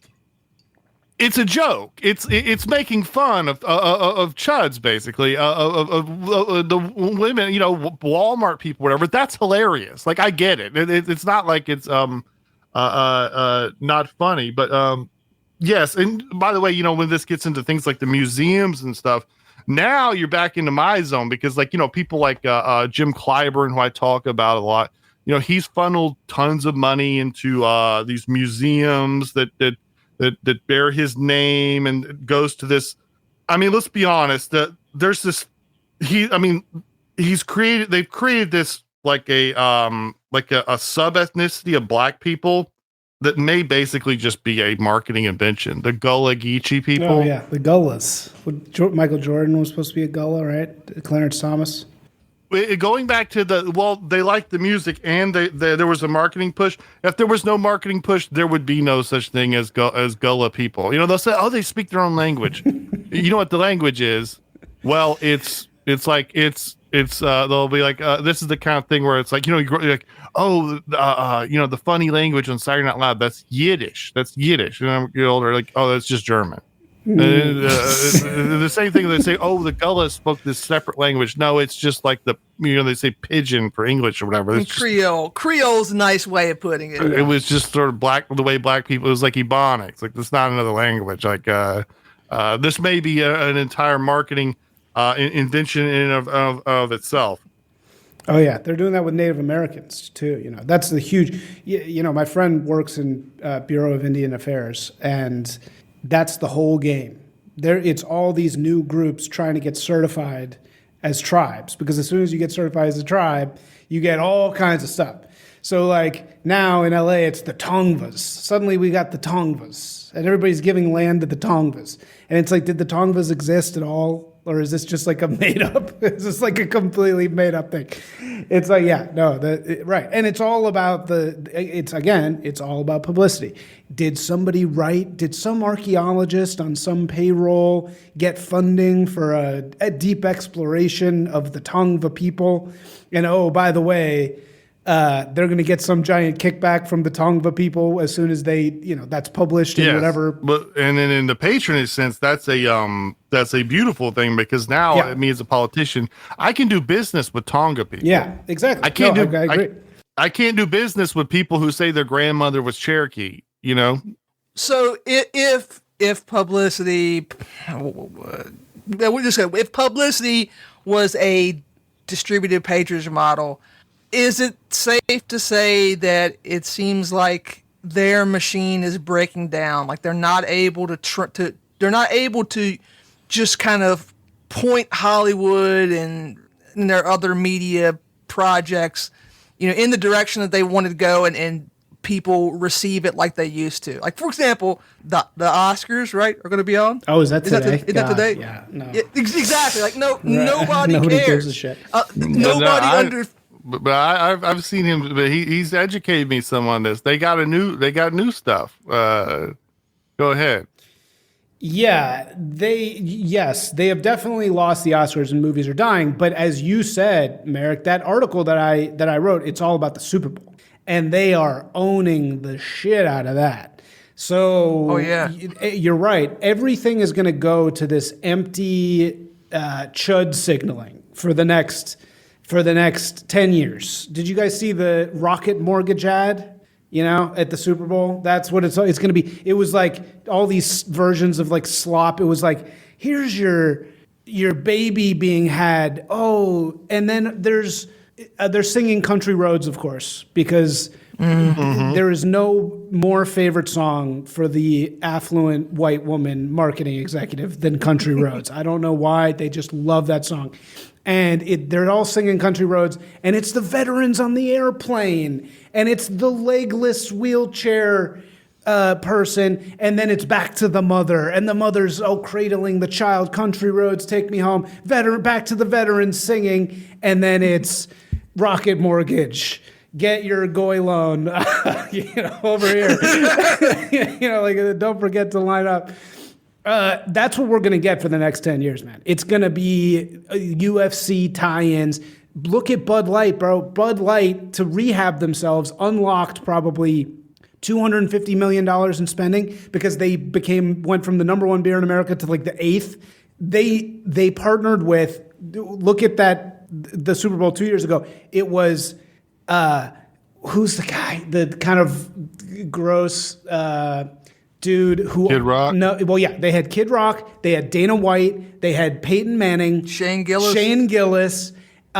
Who's the guy? The Post Malone. Post Malone is singing "God Bless America" wearing a bolo tie and a cowboy hat. Beyonce is wearing the cowboy hat. They're all, not Beyonce, but all the rest of them are in the Bud Light ad, talking about, oh, it's just an easy drinking. We're just a bunch of easy drinking guys, they're just purchasing the white man, right? They're basically just they know they have to own it. That's what Kelsey was, by the way. Also, Kelsey was a CAA project from the same people who now represent Biden and Kamala. He was a CAA, like, we got to win over the Chuds project for 3 years. And before everybody calls me a conspiracy theorist for this, he was shilling the vaccine in 2001. Like a year and a half before the Taylor thing ever happened. All those brand deals, he was the face of Pfizer and all those brands before, in time before the Taylor thing.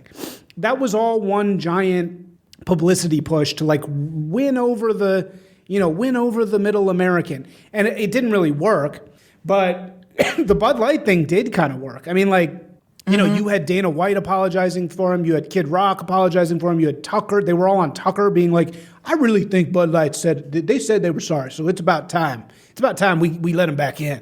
And then, you know, suddenly they're in the Super Bowl and everybody's just like, oh, dude, I went to the draft in Detroit. You know how many people went to the draft 2 years ago, NFL draft? 700,000. People traveled. What? 700,000 people went to Detroit for the draft. People were sleeping on they were in hostels, like 7 dudes deep in bunk beds to go to the friggin' draft. So it's like, yeah, they're failing in some ways, like the Oscars, like they really are failing horribly, and you're totally right. But in other ways, they're learning how to kind of reconquest the culture in certain ways. You're right about the Super Bowl. I think it's funny. You can see the shift in strategy.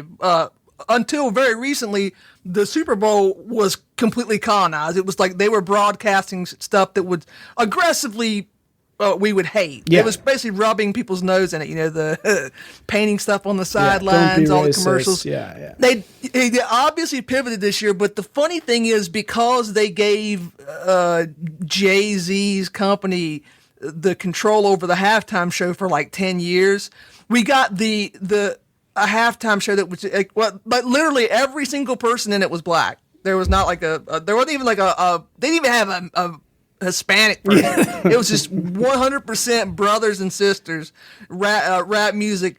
I think the consensus was everybody hated it. So I wonder if they have they have to pivot away from that. You can't have the Super Bowl.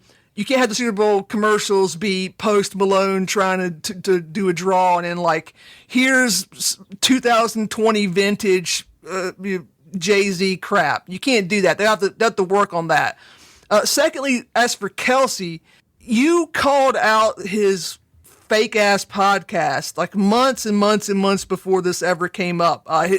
Just for the record, his entire family has a little cottage industry of these entirely fake lib podcasts. He has not successfully ingratiated himself with Middle America. I hear a lot of people who just plain don't like him because he's anti-Trump. How does this, do you know how this works? How do they just approach Kelsey and say, hey, we'll pay you millions and millions of dollars if you will get your brother and do this lame ass podcast where you say these talking points, and I don't know if they buy subscriptions for him or what, but it feels entirely astroturfed. I've never seen anybody in the wild who even knows that their podcast exists. But for a while, it was the #1 podcast in the country, right? For a week, which is even more proof that it's astroturf. It just pops up suddenly the #1 podcast. And what do they get out of that? They get a bunch of headlines saying Kelsey's dethroned Rogan as #1 podcast, and then that's the best they can do. Though they can't. It would bankrupt you to make it that all the time, so they can get the little seed, but if it doesn't catch on, it doesn't catch on. And obviously who cares about, that podcast now, but yes, that was totally AstroTurf. And that was all a function of them trying to, they were on this, the smarter parts of the whole Dem network, the Larry Fink types, they understood where this was going before Kamala campaign. So that's why they tried to create people like Kelsey to be their controllable flyover state slop figurehead that they could activate at the right moment, which is exactly what they did. And they said, vote for Kamala, says Kelsey. Look at this white guy tight end. That's exactly what that was all about. And the smarter people knew we need a podcast. They saw the numbers. If you looked at the podcast sphere, I tweeted about this at the time, 2 years ago, it's Rogan, Tucker, Shapiro, it's all right wing. So they got nothing. They got nothing. So if you're a smart person working at CAA at that time, you're looking at that being wait a second. First of all, why is none of my easily manipulable clients not making $7 million a month on their podcast? I could use some of that. And then B, this is like a completely out of control network of media that we can't control at all. We can't get our publicity fingers in there, right? I mean, even though certainly a ton of Rogan's guests are from publicists, right? I mean, it's always like somebody's going on their movie tour, they go on Rogan, but they can't really control the messaging within Rogan. So they needed to create their own controllable Rogan, which is what they tried to do with Kelsey. But Kelsey's so repellent and, such a gay wigger, like disgusting, that, the American people were just like, oh, okay, like fine. Now they got that. Well, before we move on, that Midas, like the new hotness is that Midas Touch podcast, and that's kind of stayed up there for, I don't know, it's been a couple weeks now, they're right? Cheating. They're cheating those numbers. I also personally know, I know that guy.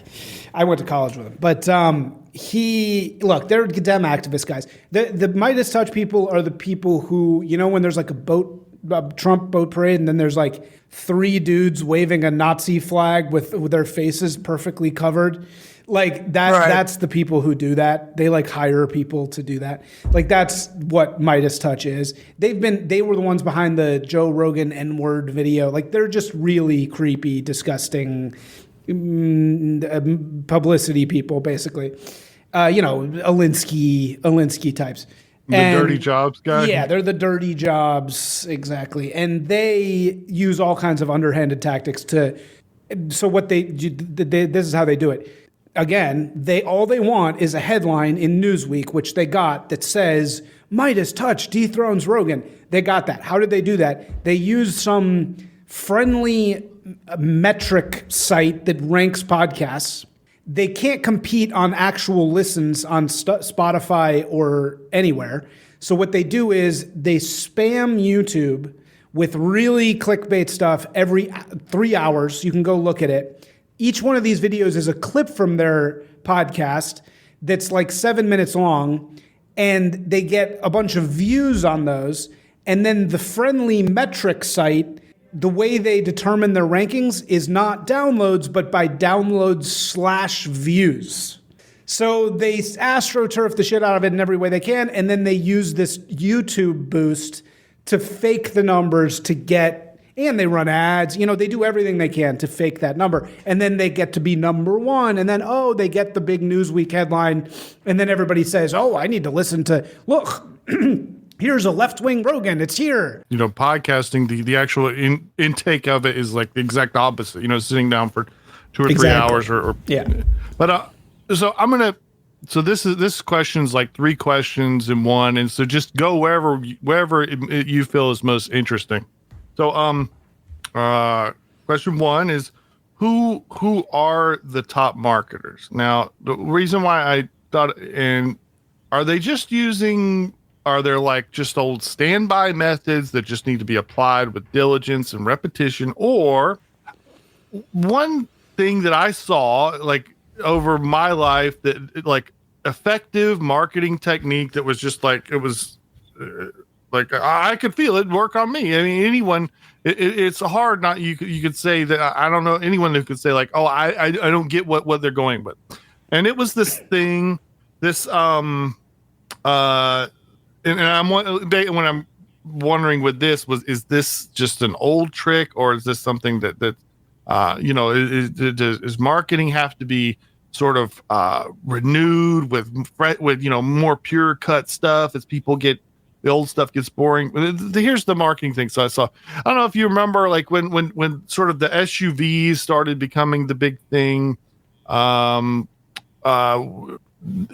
we REI outdoorsing kind of stuff. There was this certain sort of marketing ad for you'd see it best done in say like a Range Rover commercial, but you could get the same feeling by walking by the REI store or whatever, where you look at the marketing, you look at these products, you look at this Range Rover, and it's going over these big rocks in this sort of cool, by a mountain and stuff, and you think about it, you think about yourself with that product, and you sort of have this vision of yourself as this rugged guy with the flannel shirt and all the sort of upper classness that comes with sort of spending the vacation and Yosemite. And And you just have these sort of weird bullshit feeling. I don't know about you guys. That would work on me. Like for a second there, I would be like, oh yeah, that could be me climbing that mountain, being this rugged man, you know, with all this kind of stuff. Michelob Ultra was definitely one of these products, and I think they're still doing okay with a certain age bracket, people with some money, stuff like that. And there's like wide variety of products from beer to jackets to vehicles to probably innumerable amount of stuff. Let's just take that sort of marketing thing. Like, can you immediately tell like, oh, that's the old so-and-so trick, or was that something, or is there some kind of top marketer that sort of come out with that other people copy it, and sort of go wherever you want with this? Yeah, so that type of marketing is basically brand marketing, and it's okay. So the way that we do this in marketing, we go through the creative process, right? The creative process is a number of steps. Let's go through one really, really quickly. So you start with your product. Let's say your product is a weird beer that only has a very small market share, but it's part of the distributors list, so it ends up in various stores, right? It's a Mexican beer. Mm-hmm. Who are you marketing it to? You're marketing it to men, right? You got men.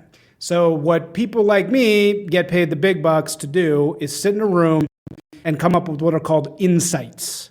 Insights are universal truths. So an example would be, you're not you when you're hungry. Snickers. They made hundreds of millions of dollars off that campaign. It was 10 years, right? You sit, it's like almost like a comedian, when a comedian's thinking, what's something that everybody would agree with, right? That's kind of the like core creative manna of the marketing world. You're knocking it out of the park. This is exactly what I was going for. Thank you. Yeah, so you're sitting around and you're thinking, all right, you got this beer. It's this weird beer. 2% market share. Nobody knows what the hell this thing is. It's some weird beer that people see. They're like, what is this thing? You're marketing to men. You want them to buy the beer or try it. So you're sitting in a room with a bunch of people. You got your copywriter, you got your designer, you got your creative director, you got your strategist. You're sitting around and you say, okay, well, what do we know about men? What can we say about men? Right? Here, I'll ask you. What drives men? What do they want? Well, I'll just say adventure. Status. Wait, what'd you say, Bog? I heard adventure, but status, adventure. A bullshit answer, sure. But I want to get you to be in the flow here. So yeah. Yeah. So anyway, look, we could go with anything. This could be anything, but in this particular case, they say, what do men want? Who do we want to be? Do men want to be the richest guy? Like, yeah, sure, a couple. Not really, though. What do all men want, right? Literally, what can we say that all men want? I think adventure is a good answer. Status is a good answer. But another answer, do they want to be the handsomest? Not all men. Do they want to be the richest? Not all men. All men do want to be interesting. There is not a man on earth who's sitting around being like, I don't want to be interesting, right? We all want to be the guy at the party with the story, sitting in the corner, holding court. We all want to have wrestled the bear. No man in the world does not want to be interesting. So they're like, all men want to be interesting. That's our insights. We're going to build a whole campaign around this. What do? They say, they connect the dots. They say, men want to be interesting. Here's this weird beer that nobody knows about. Let's make it super simple. You drink the beer, you're interesting, right? You just connect the dots. And then how do we tell that story? We make the most interesting man in the world. That's the concept. That's called the concept. And we can have fun with that all day, right? What does the most interesting man in the world look like? What does he drink? How does he talk? What is his, life like? And that's the most interesting man in the world. Dos Equis literally changes the fortunes of that brand. They went from 2% market share to 20%, completely killed it for 10 years until, of course, they screwed it up and, that campaign's dead now. But that's how they do, that's how you build a marketing campaign. That's perfect. That potpourri of stuff I didn't know what I didn't know. And the thing was that the concept of the insights or whatever. Yeah. That's very powerful. And for the truck, it would be, for all these lifestyle ads, It's what do people want? They want to be fit, right? They want to be adventurous. They want to feel. They want to compete. They want to feel like they're the guy on the mountain or whatever. So I don't know what the exact insight is. I think the first episode of the podcast we ever did, we talked about trads, right? Because that was when the trad, whatever meme gimmick was really popping up, like all the way back in 2019. This has been done to death, but if you know people who are that, they don't call themselves trad. They don't have a concept of their identity, anything like that. But I guarantee you're going to see a lot more marketing directed to this stuff. You're going to see more like, this Japanese ad with the famous Japanese anime ad for with McDonald's where right? That was so good. With the couple with the baby. Yeah. You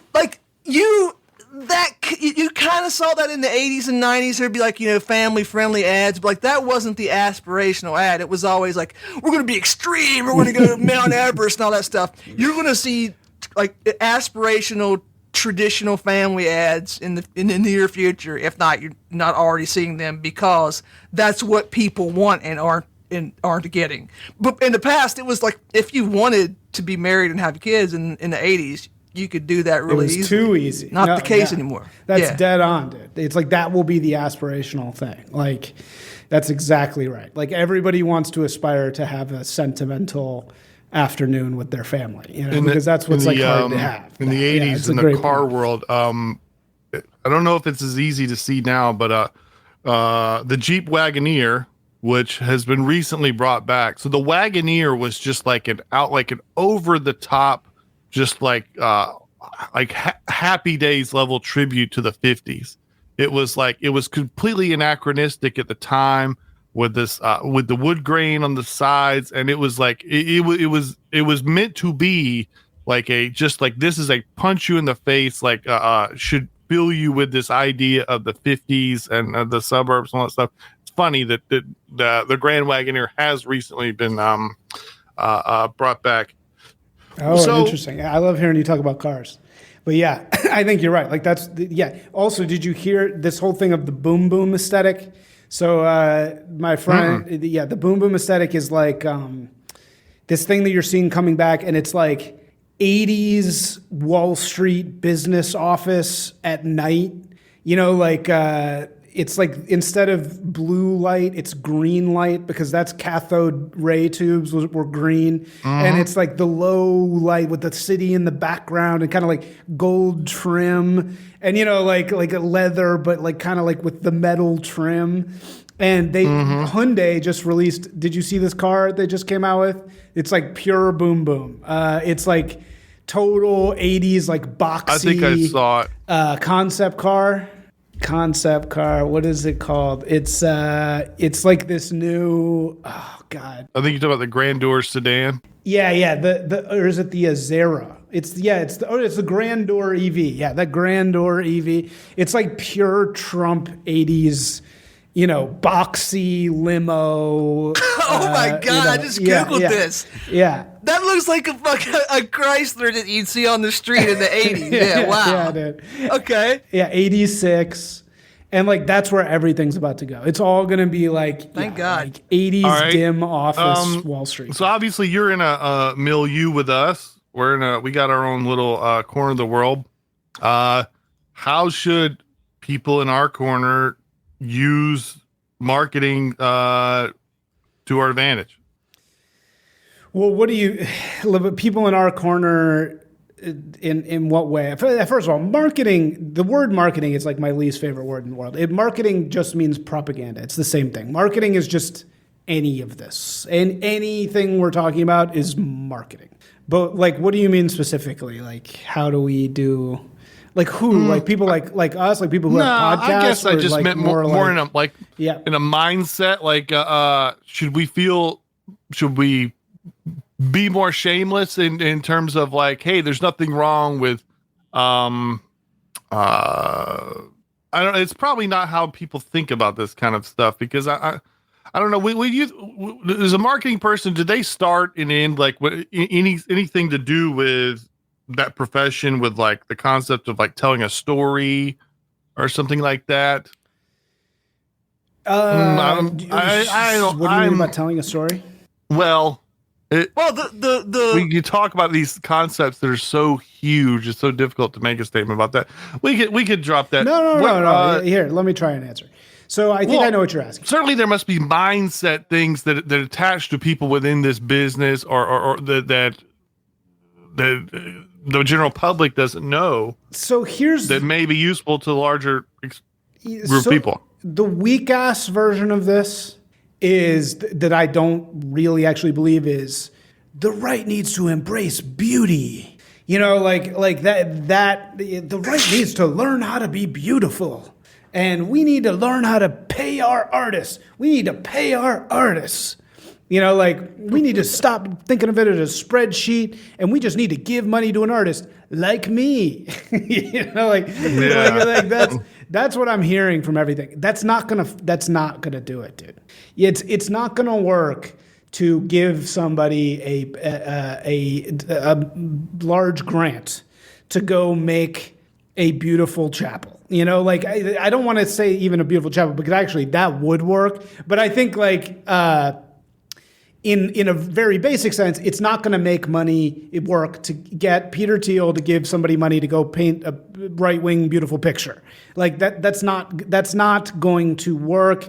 It's just going to lead to a bunch of right-wing art that sort of shoddily reflects the parts of left-wing art that we don't like.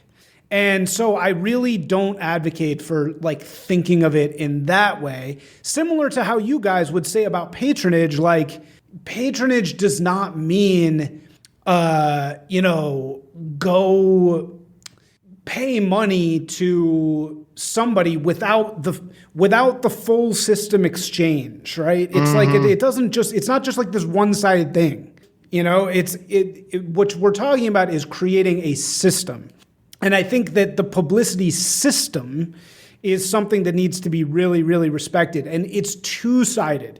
You need people who both understand how to pay off the pipes, how to take control of the pipes, like that Suge Knight example, and who passionately believe about the beauty of the art. You don't need to have tech people pay a bunch of people to paint pictures for their living room. You need tech people to pay impresarios and middlemen who know how to manipulate both sides.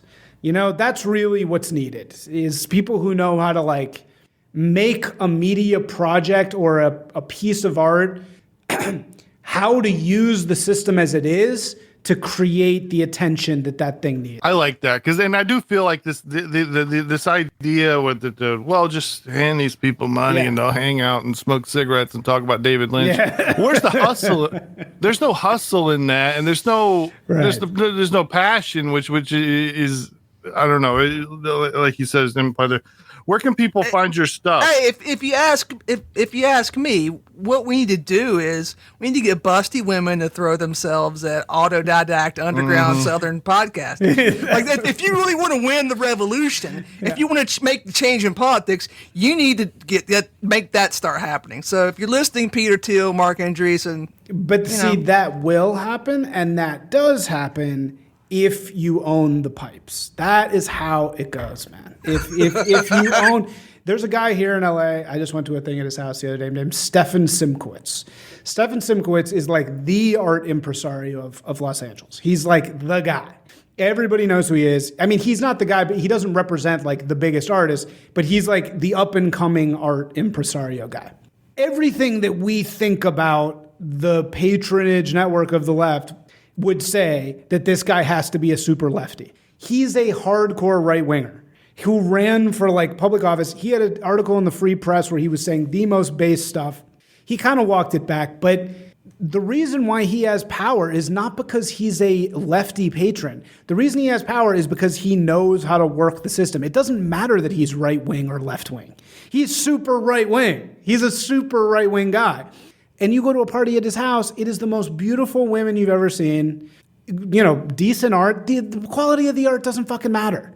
The thing is, Stefan Simkowitz knows how to be an impresario. He knows how to work the pipes, right? That's what we need. We need 1 million of those guys. If we have 1 million right-wing people who are as we've said, the middlemen, that's the class of people we need to replace, not the artists. That doesn't matter. It's not going to work to just make a bunch of art. You got to basically conquer that middle part, And I think that'll happen. I think we just have to be super intentional about it. I think we got to say, we're conquering this shit. We are replacing their media and we're taking over their existing media, and there's a lot of ways to do it. I really like that model, and middleman in that terms, not in terms of the expert or whatever, but this orchestrator or coordinator, that's how I do think of it, is like an ideal patron. They're making the most efficient use of, the end result is they're making the most efficient use of human resource or whatever, but that's not really how it looks like in fashion. But it's exactly what you described there. That's awesome. Yeah. And let me just say one little last tiny thing, which is that the right wing part of it, once you get a handle on this, is not going to be that these people are making, sitcoms where they're making fun of a transgender, like that. Nobody wants that. That's just the crappy version of their crappy thing. Nobody wants that. What we want is transcendent, beautiful, amazing art, right? That's what we want, and that is inherently right wing. Apocalypse Now is an inherently right wing movie, not because it's right wing, but because it was made with a belief in beauty, a belief in hierarchy, and like a crazy ass decentralized system where people were allowed to just pursue art to the craziest degree. Like that's what we need. And the only way we get that is by cutting out the rotten system that's in the middle. And then the art will be look at rap music. The art will be or punk. The art will be so good and so different because the people making it will be free. Now you're speaking my language. Yeah, because sorry. It feels like to me, if you're on the right or whatever, it's I wouldn't say we're waiting, but we have people talk about stuck culture and all this stuff. Everything our society, government, art, everything about culture, music has had this boot on its neck for 20 years. And if it's not so much that we're going to let, like you said, Ben Shapiro run wild or whatever. But once we get these people stuffed back in the locker, we're going to have a lot of fun. And I think it's going to be wild. I think anybody in our quarter is sort of seeing this kind of thing and the capacity for, like we have our own in jokes. And a lot of this stuff is that there's a lot of stuff we've been thinking about and it's going around. And, just think about when I see someone on Twitter that describes himself as a professional comedian, oftentimes these people have listed on their thing, they got Netflix specials and stuff. These people are unfunny as fuck. And everything is like this now. Video games, they've all sucked. They've all just sucked giant balls for 20 years because no one's been allowed to say what the fuck they've been thinking for a long time, or you'd get a cancel culture or this or that. And yes. Right. And it's not the right is right now making the mistake of thinking that the problem is the product. The problem is the environment. That's really the issue, is that you cannot make anything good because the people in charge won't let you. They're going to HR your ass in 5 seconds, which just destroys the ability to make anything good ever, in my opinion. I saw this. I know that you guys are very into Gamergate. I saw The Longhouse. I was at a very big ad agency called 72 and Sunny in 2014. And I saw in real time HR take over an environment that was crazy creative. We were doing, lots of degeneracy, tons of like young, beautiful women. We were flipping golf carts during conferences, crazy all-night parties. When I first got there in 2013, by the time I left 2014, done. Advertising agencies in 2008 ordered strippers at lunch. If you did that today, are you kidding me? You would be in jail. So, you know, I saw it in the marketing world. The HRification, that's really what killed it. I mean, and that killed creativity. There's been a lot of talk about American Apparel lately. They were like the last people hanging on. It was obvious that whoever was running them, I mean, they were greasing the right palms everywhere, and like they were on borrowed time. Like even into the Obama era, things like Pitchfork and stuff. I think Lomez or somebody, or maybe he was just recommending the article, or whatever. Well, and that's sort of the last that I can think of. But yeah, that Pitchfork article was the perfect example of this. That really was a thread. It was a Pitchfork thread about what happened inside Pitchfork, and it was this exact thing. It was, 2014, Pooja Patel shows up at the door of Pitchfork, and it's a bunch of hipsters, and they care so much about they're passionate about art, music, and they're writing these super harsh critiques of music, and it's called Pitchfork because it's like that's a symbol for like a killer. And then Pooja Patel shows up at the door, and look, nothing wrong with Pooja Patel, but Pooja Patel starts saying, oh, why aren't we writing about Kendrick Lamar? And how come nobody around here looks like me? And that type of white dude that was running Pitchfork did not have the immune system with which to say, get the fuck out of here, Pooja Patel. This is my shit. No, I'm not gonna not write what I think. He didn't have the ability to do that. So pretty much that's what we need to do. We need to just figure out how to start these institutions with the immune system to prevent that from happening. Okay, now I'm curious. There's a hypothetical. Okay, so let's say we're at that break point where Pitchfork is, they're going woke. Is that the point, or are they? Let's say Rick Rubin shows up with a couple grand of cocaine, but he's there in 2014 or whatever. Is it that Rick Rubin's and Suge Knight's don't show up with cocaine anymore, or is it that I don't know, the political system had sort of stopped that kind of thing from happening at that point? Oh yeah, no, they're not even allowed. They're pruned from the system very quickly. I mean, just think about it. Think about in a span of 10 years, having strippers at your marketing company went from totally normal to like a crime against humanity in the span of a decade. How did that happen? It happened because every single man that would have possibly thought that was okay got kicked out, me included. I mean, I was a victim of this pretty much.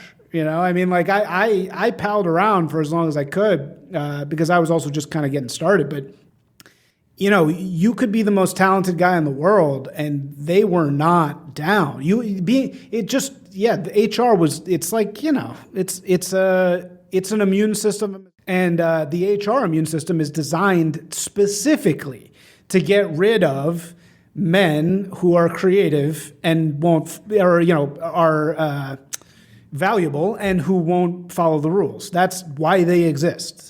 To like hunt, they warn people in college now. They like give you like this psychological profile of like white men that cause problems. Yep. Like, oh, they'll be just asking questions and they'll be playing these mischievous games and shit. And it's like, yeah, that's what all interesting people do. They'll be quoting David Foster Wallace. That'll be a huge tell. Yeah. Don't let them. Have you seen that's so funny how like libs have been going on about bros who love David Foster Wallace for years, like that, like reading Mein Kampf. Like, Bog, do you know anybody who's ever read Infinite Jest? Well, yeah, we've interviewed some. You know what I mean? Like in day-to-day life, as David, never. Like, yeah, exactly. I don't live in that world. Well, exactly. But like, if you ask these people, the average chud is somebody who loves David Foster Wallace and toxic masculinity or whatever. Like, it's so specific to like the Pitchfork people were perfect because like those are the kind of people they wanted their jobs. So like they set their sights on this demographic of people and made them out to be their political enemy, the symbol of the things they hate. And it's just hilarious because, like, that's such a tiny sliver of the population. But, hey, it worked because they gobbled it up. And does Pitchfork even exist anymore? Well, they got same thing that happened to all these companies. They just got wokeified, and suddenly it was like, let's review Nicki Minaj's album 10 out of 10. And, and then Pooja Patel, literally, whatever her name is, became president. She literally became the president. So, that literally happened. Right. And it's just, this is what happens, man. I mean, they just get eaten up by these things. I mean, that's what, you guys are Robert Conquest guys, right? Mm-hmm. So this is Robert. I've always been completely obsessed with Robert Conquest's third law, which is the easiest way to understand the behavior of an organization is to assume that it's owned by a cabal of its enemies. And it's a weird ass law, right? It's like, what does that mean?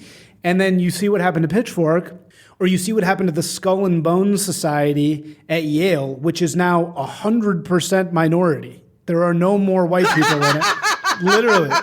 No more whites in Skull and Bones.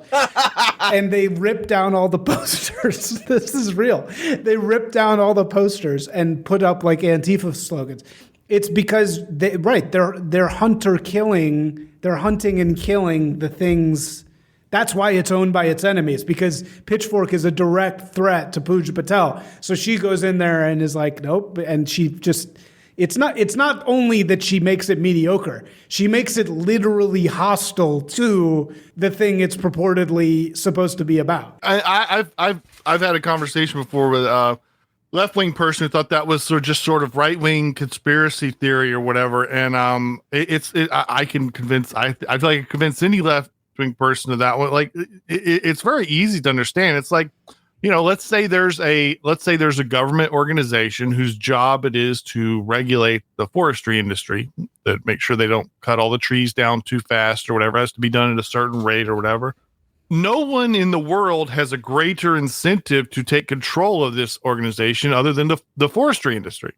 It's like them versus like just random people that like trees a lot or whatever. They're fucked. Like it's destined to be taken over by its enemies because no one else has as much incentive to do that as their enemies. Yeah. I think this interview is going to stick with me a while because I think that, like, what I've got to choose, what I've already accepted, intellectually, but I haven't accepted it gutturally yet, and I finally made the connection. So Suge Knight, that's out my summer wheelhouse, but I did hear this before, and it just went in one ear and out the other. So I do well aware. So Rick Rubin, and I do like I know that the Johnny Cash resurgence was all him.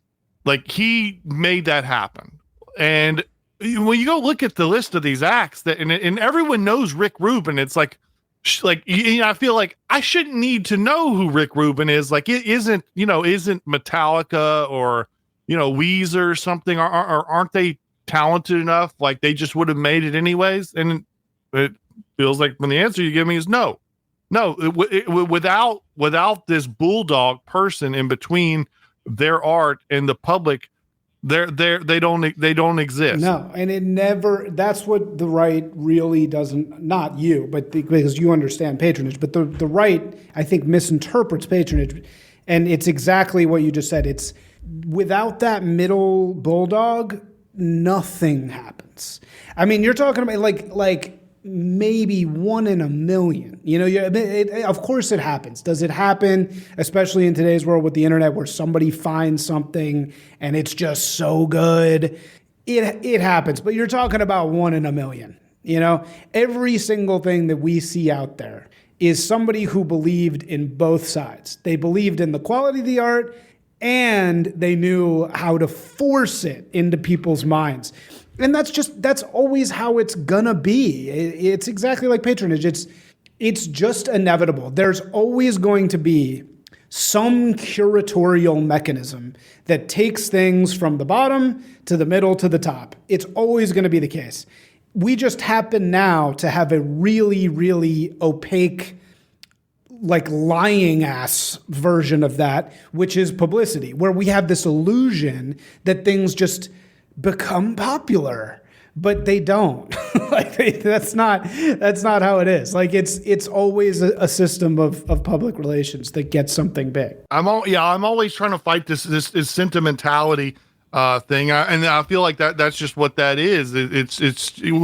Well, that you didn't do this the right way or whatever. From what I've heard, the way this Rick Rubin thing was, he was like, Johnny Cash is getting old. This is like one of the coolest motherfuckers that's ever lived, and there's all these people there's all these kids walking around that you don't realize this guy is more rock and roll than any of these people walking around, and like, I'm going to make people understand. And this is where they repackaged this, and the next thing you knew, they were selling shirts with him with the middle finger at Walmart, and everyone was like, oh yeah, no shit, this guy Johnny Cash is a bad motherfucker. Mm-hmm. And it was but like he had to just smash that, and everyone knows Rick Rubin. It's like, well, why should he's not they'll say he's a credited as a producer or whatever, but it's not like he's rewriting the chord structure or whatever. He's a he's a patronage guy. Yeah, I wish I knew. I mean, Rubin. I don't know if Rubin is just a pure. I don't know how patronagey Rubin is, but yeah, I'm sure that you're probably right, man. That Cash resurgence had to be. I guess he started in some way. Right? Him and I can't think of the black guy's name, but he started Def Jam right when he's like 19. Russell so he's Simmons. like always.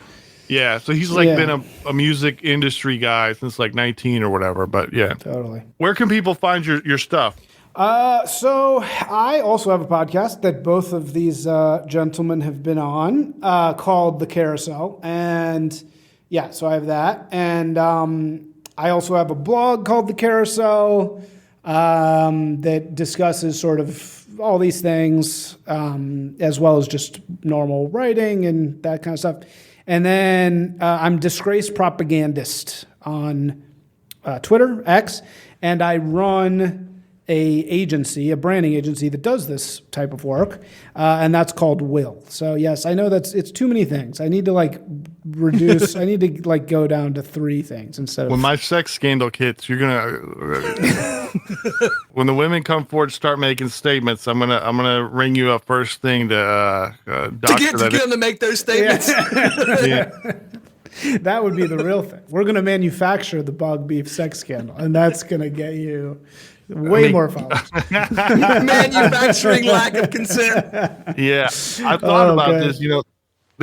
We've seen some like the worst thing for somebody is when there's a sex scandal and it's just like one chick and it's just like one like the Aziz Ansari thing or whatever. That was that's. Yeah. You don't want that. You need like 35 women to come forward and be like, yeah, we were at a party and he just grabbed my ass. That was just like they're coming out of the woodwork. Yeah. No, we'll do that for you, Buck. Don't worry. We'll make sure we got a nice, vast quality, and it'll be right on the line. It'll be super titillating. Like all those articles now are like written like. They're written like romance novels for women, and yeah. So like she got into the bathtub, sultry night, hot night. Yeah. we had last thing. There was this we had someone on our show tell us a story. So there was this like feminist journal, and it was just like it's all the most like super every article is about pro-abortion or, men are bad, blah, blah, blah, all this kind of shit. That's what that thing is for. And I'm not saying like, I'm not speaking out of turn or whatever. And they had one of these girls and they were going to have her review this, what was considered like one of the most offensive to women episodes of all time of television. This was an episode of Dallas where J.R. Ewing rapes one of the women on the show. And so he's the star of the show, and he's going to rape a woman on primetime television. Now, they can't do that. He can't, hold a knife to her neck on primetime TV in 1976 or whatever. So, anyways, how they, I guess, they're pushing around, and he, I guess he tells her, like, you can't leave, something like that, whatever. It's verbal. And in this article, she's been tasked and paid to write this article talking about how this is bad. And, she's like halfway through the article, she stops. She's like, I'm not really, I can't do this because I found this to be the most erotic piece of cinema I've ever seen.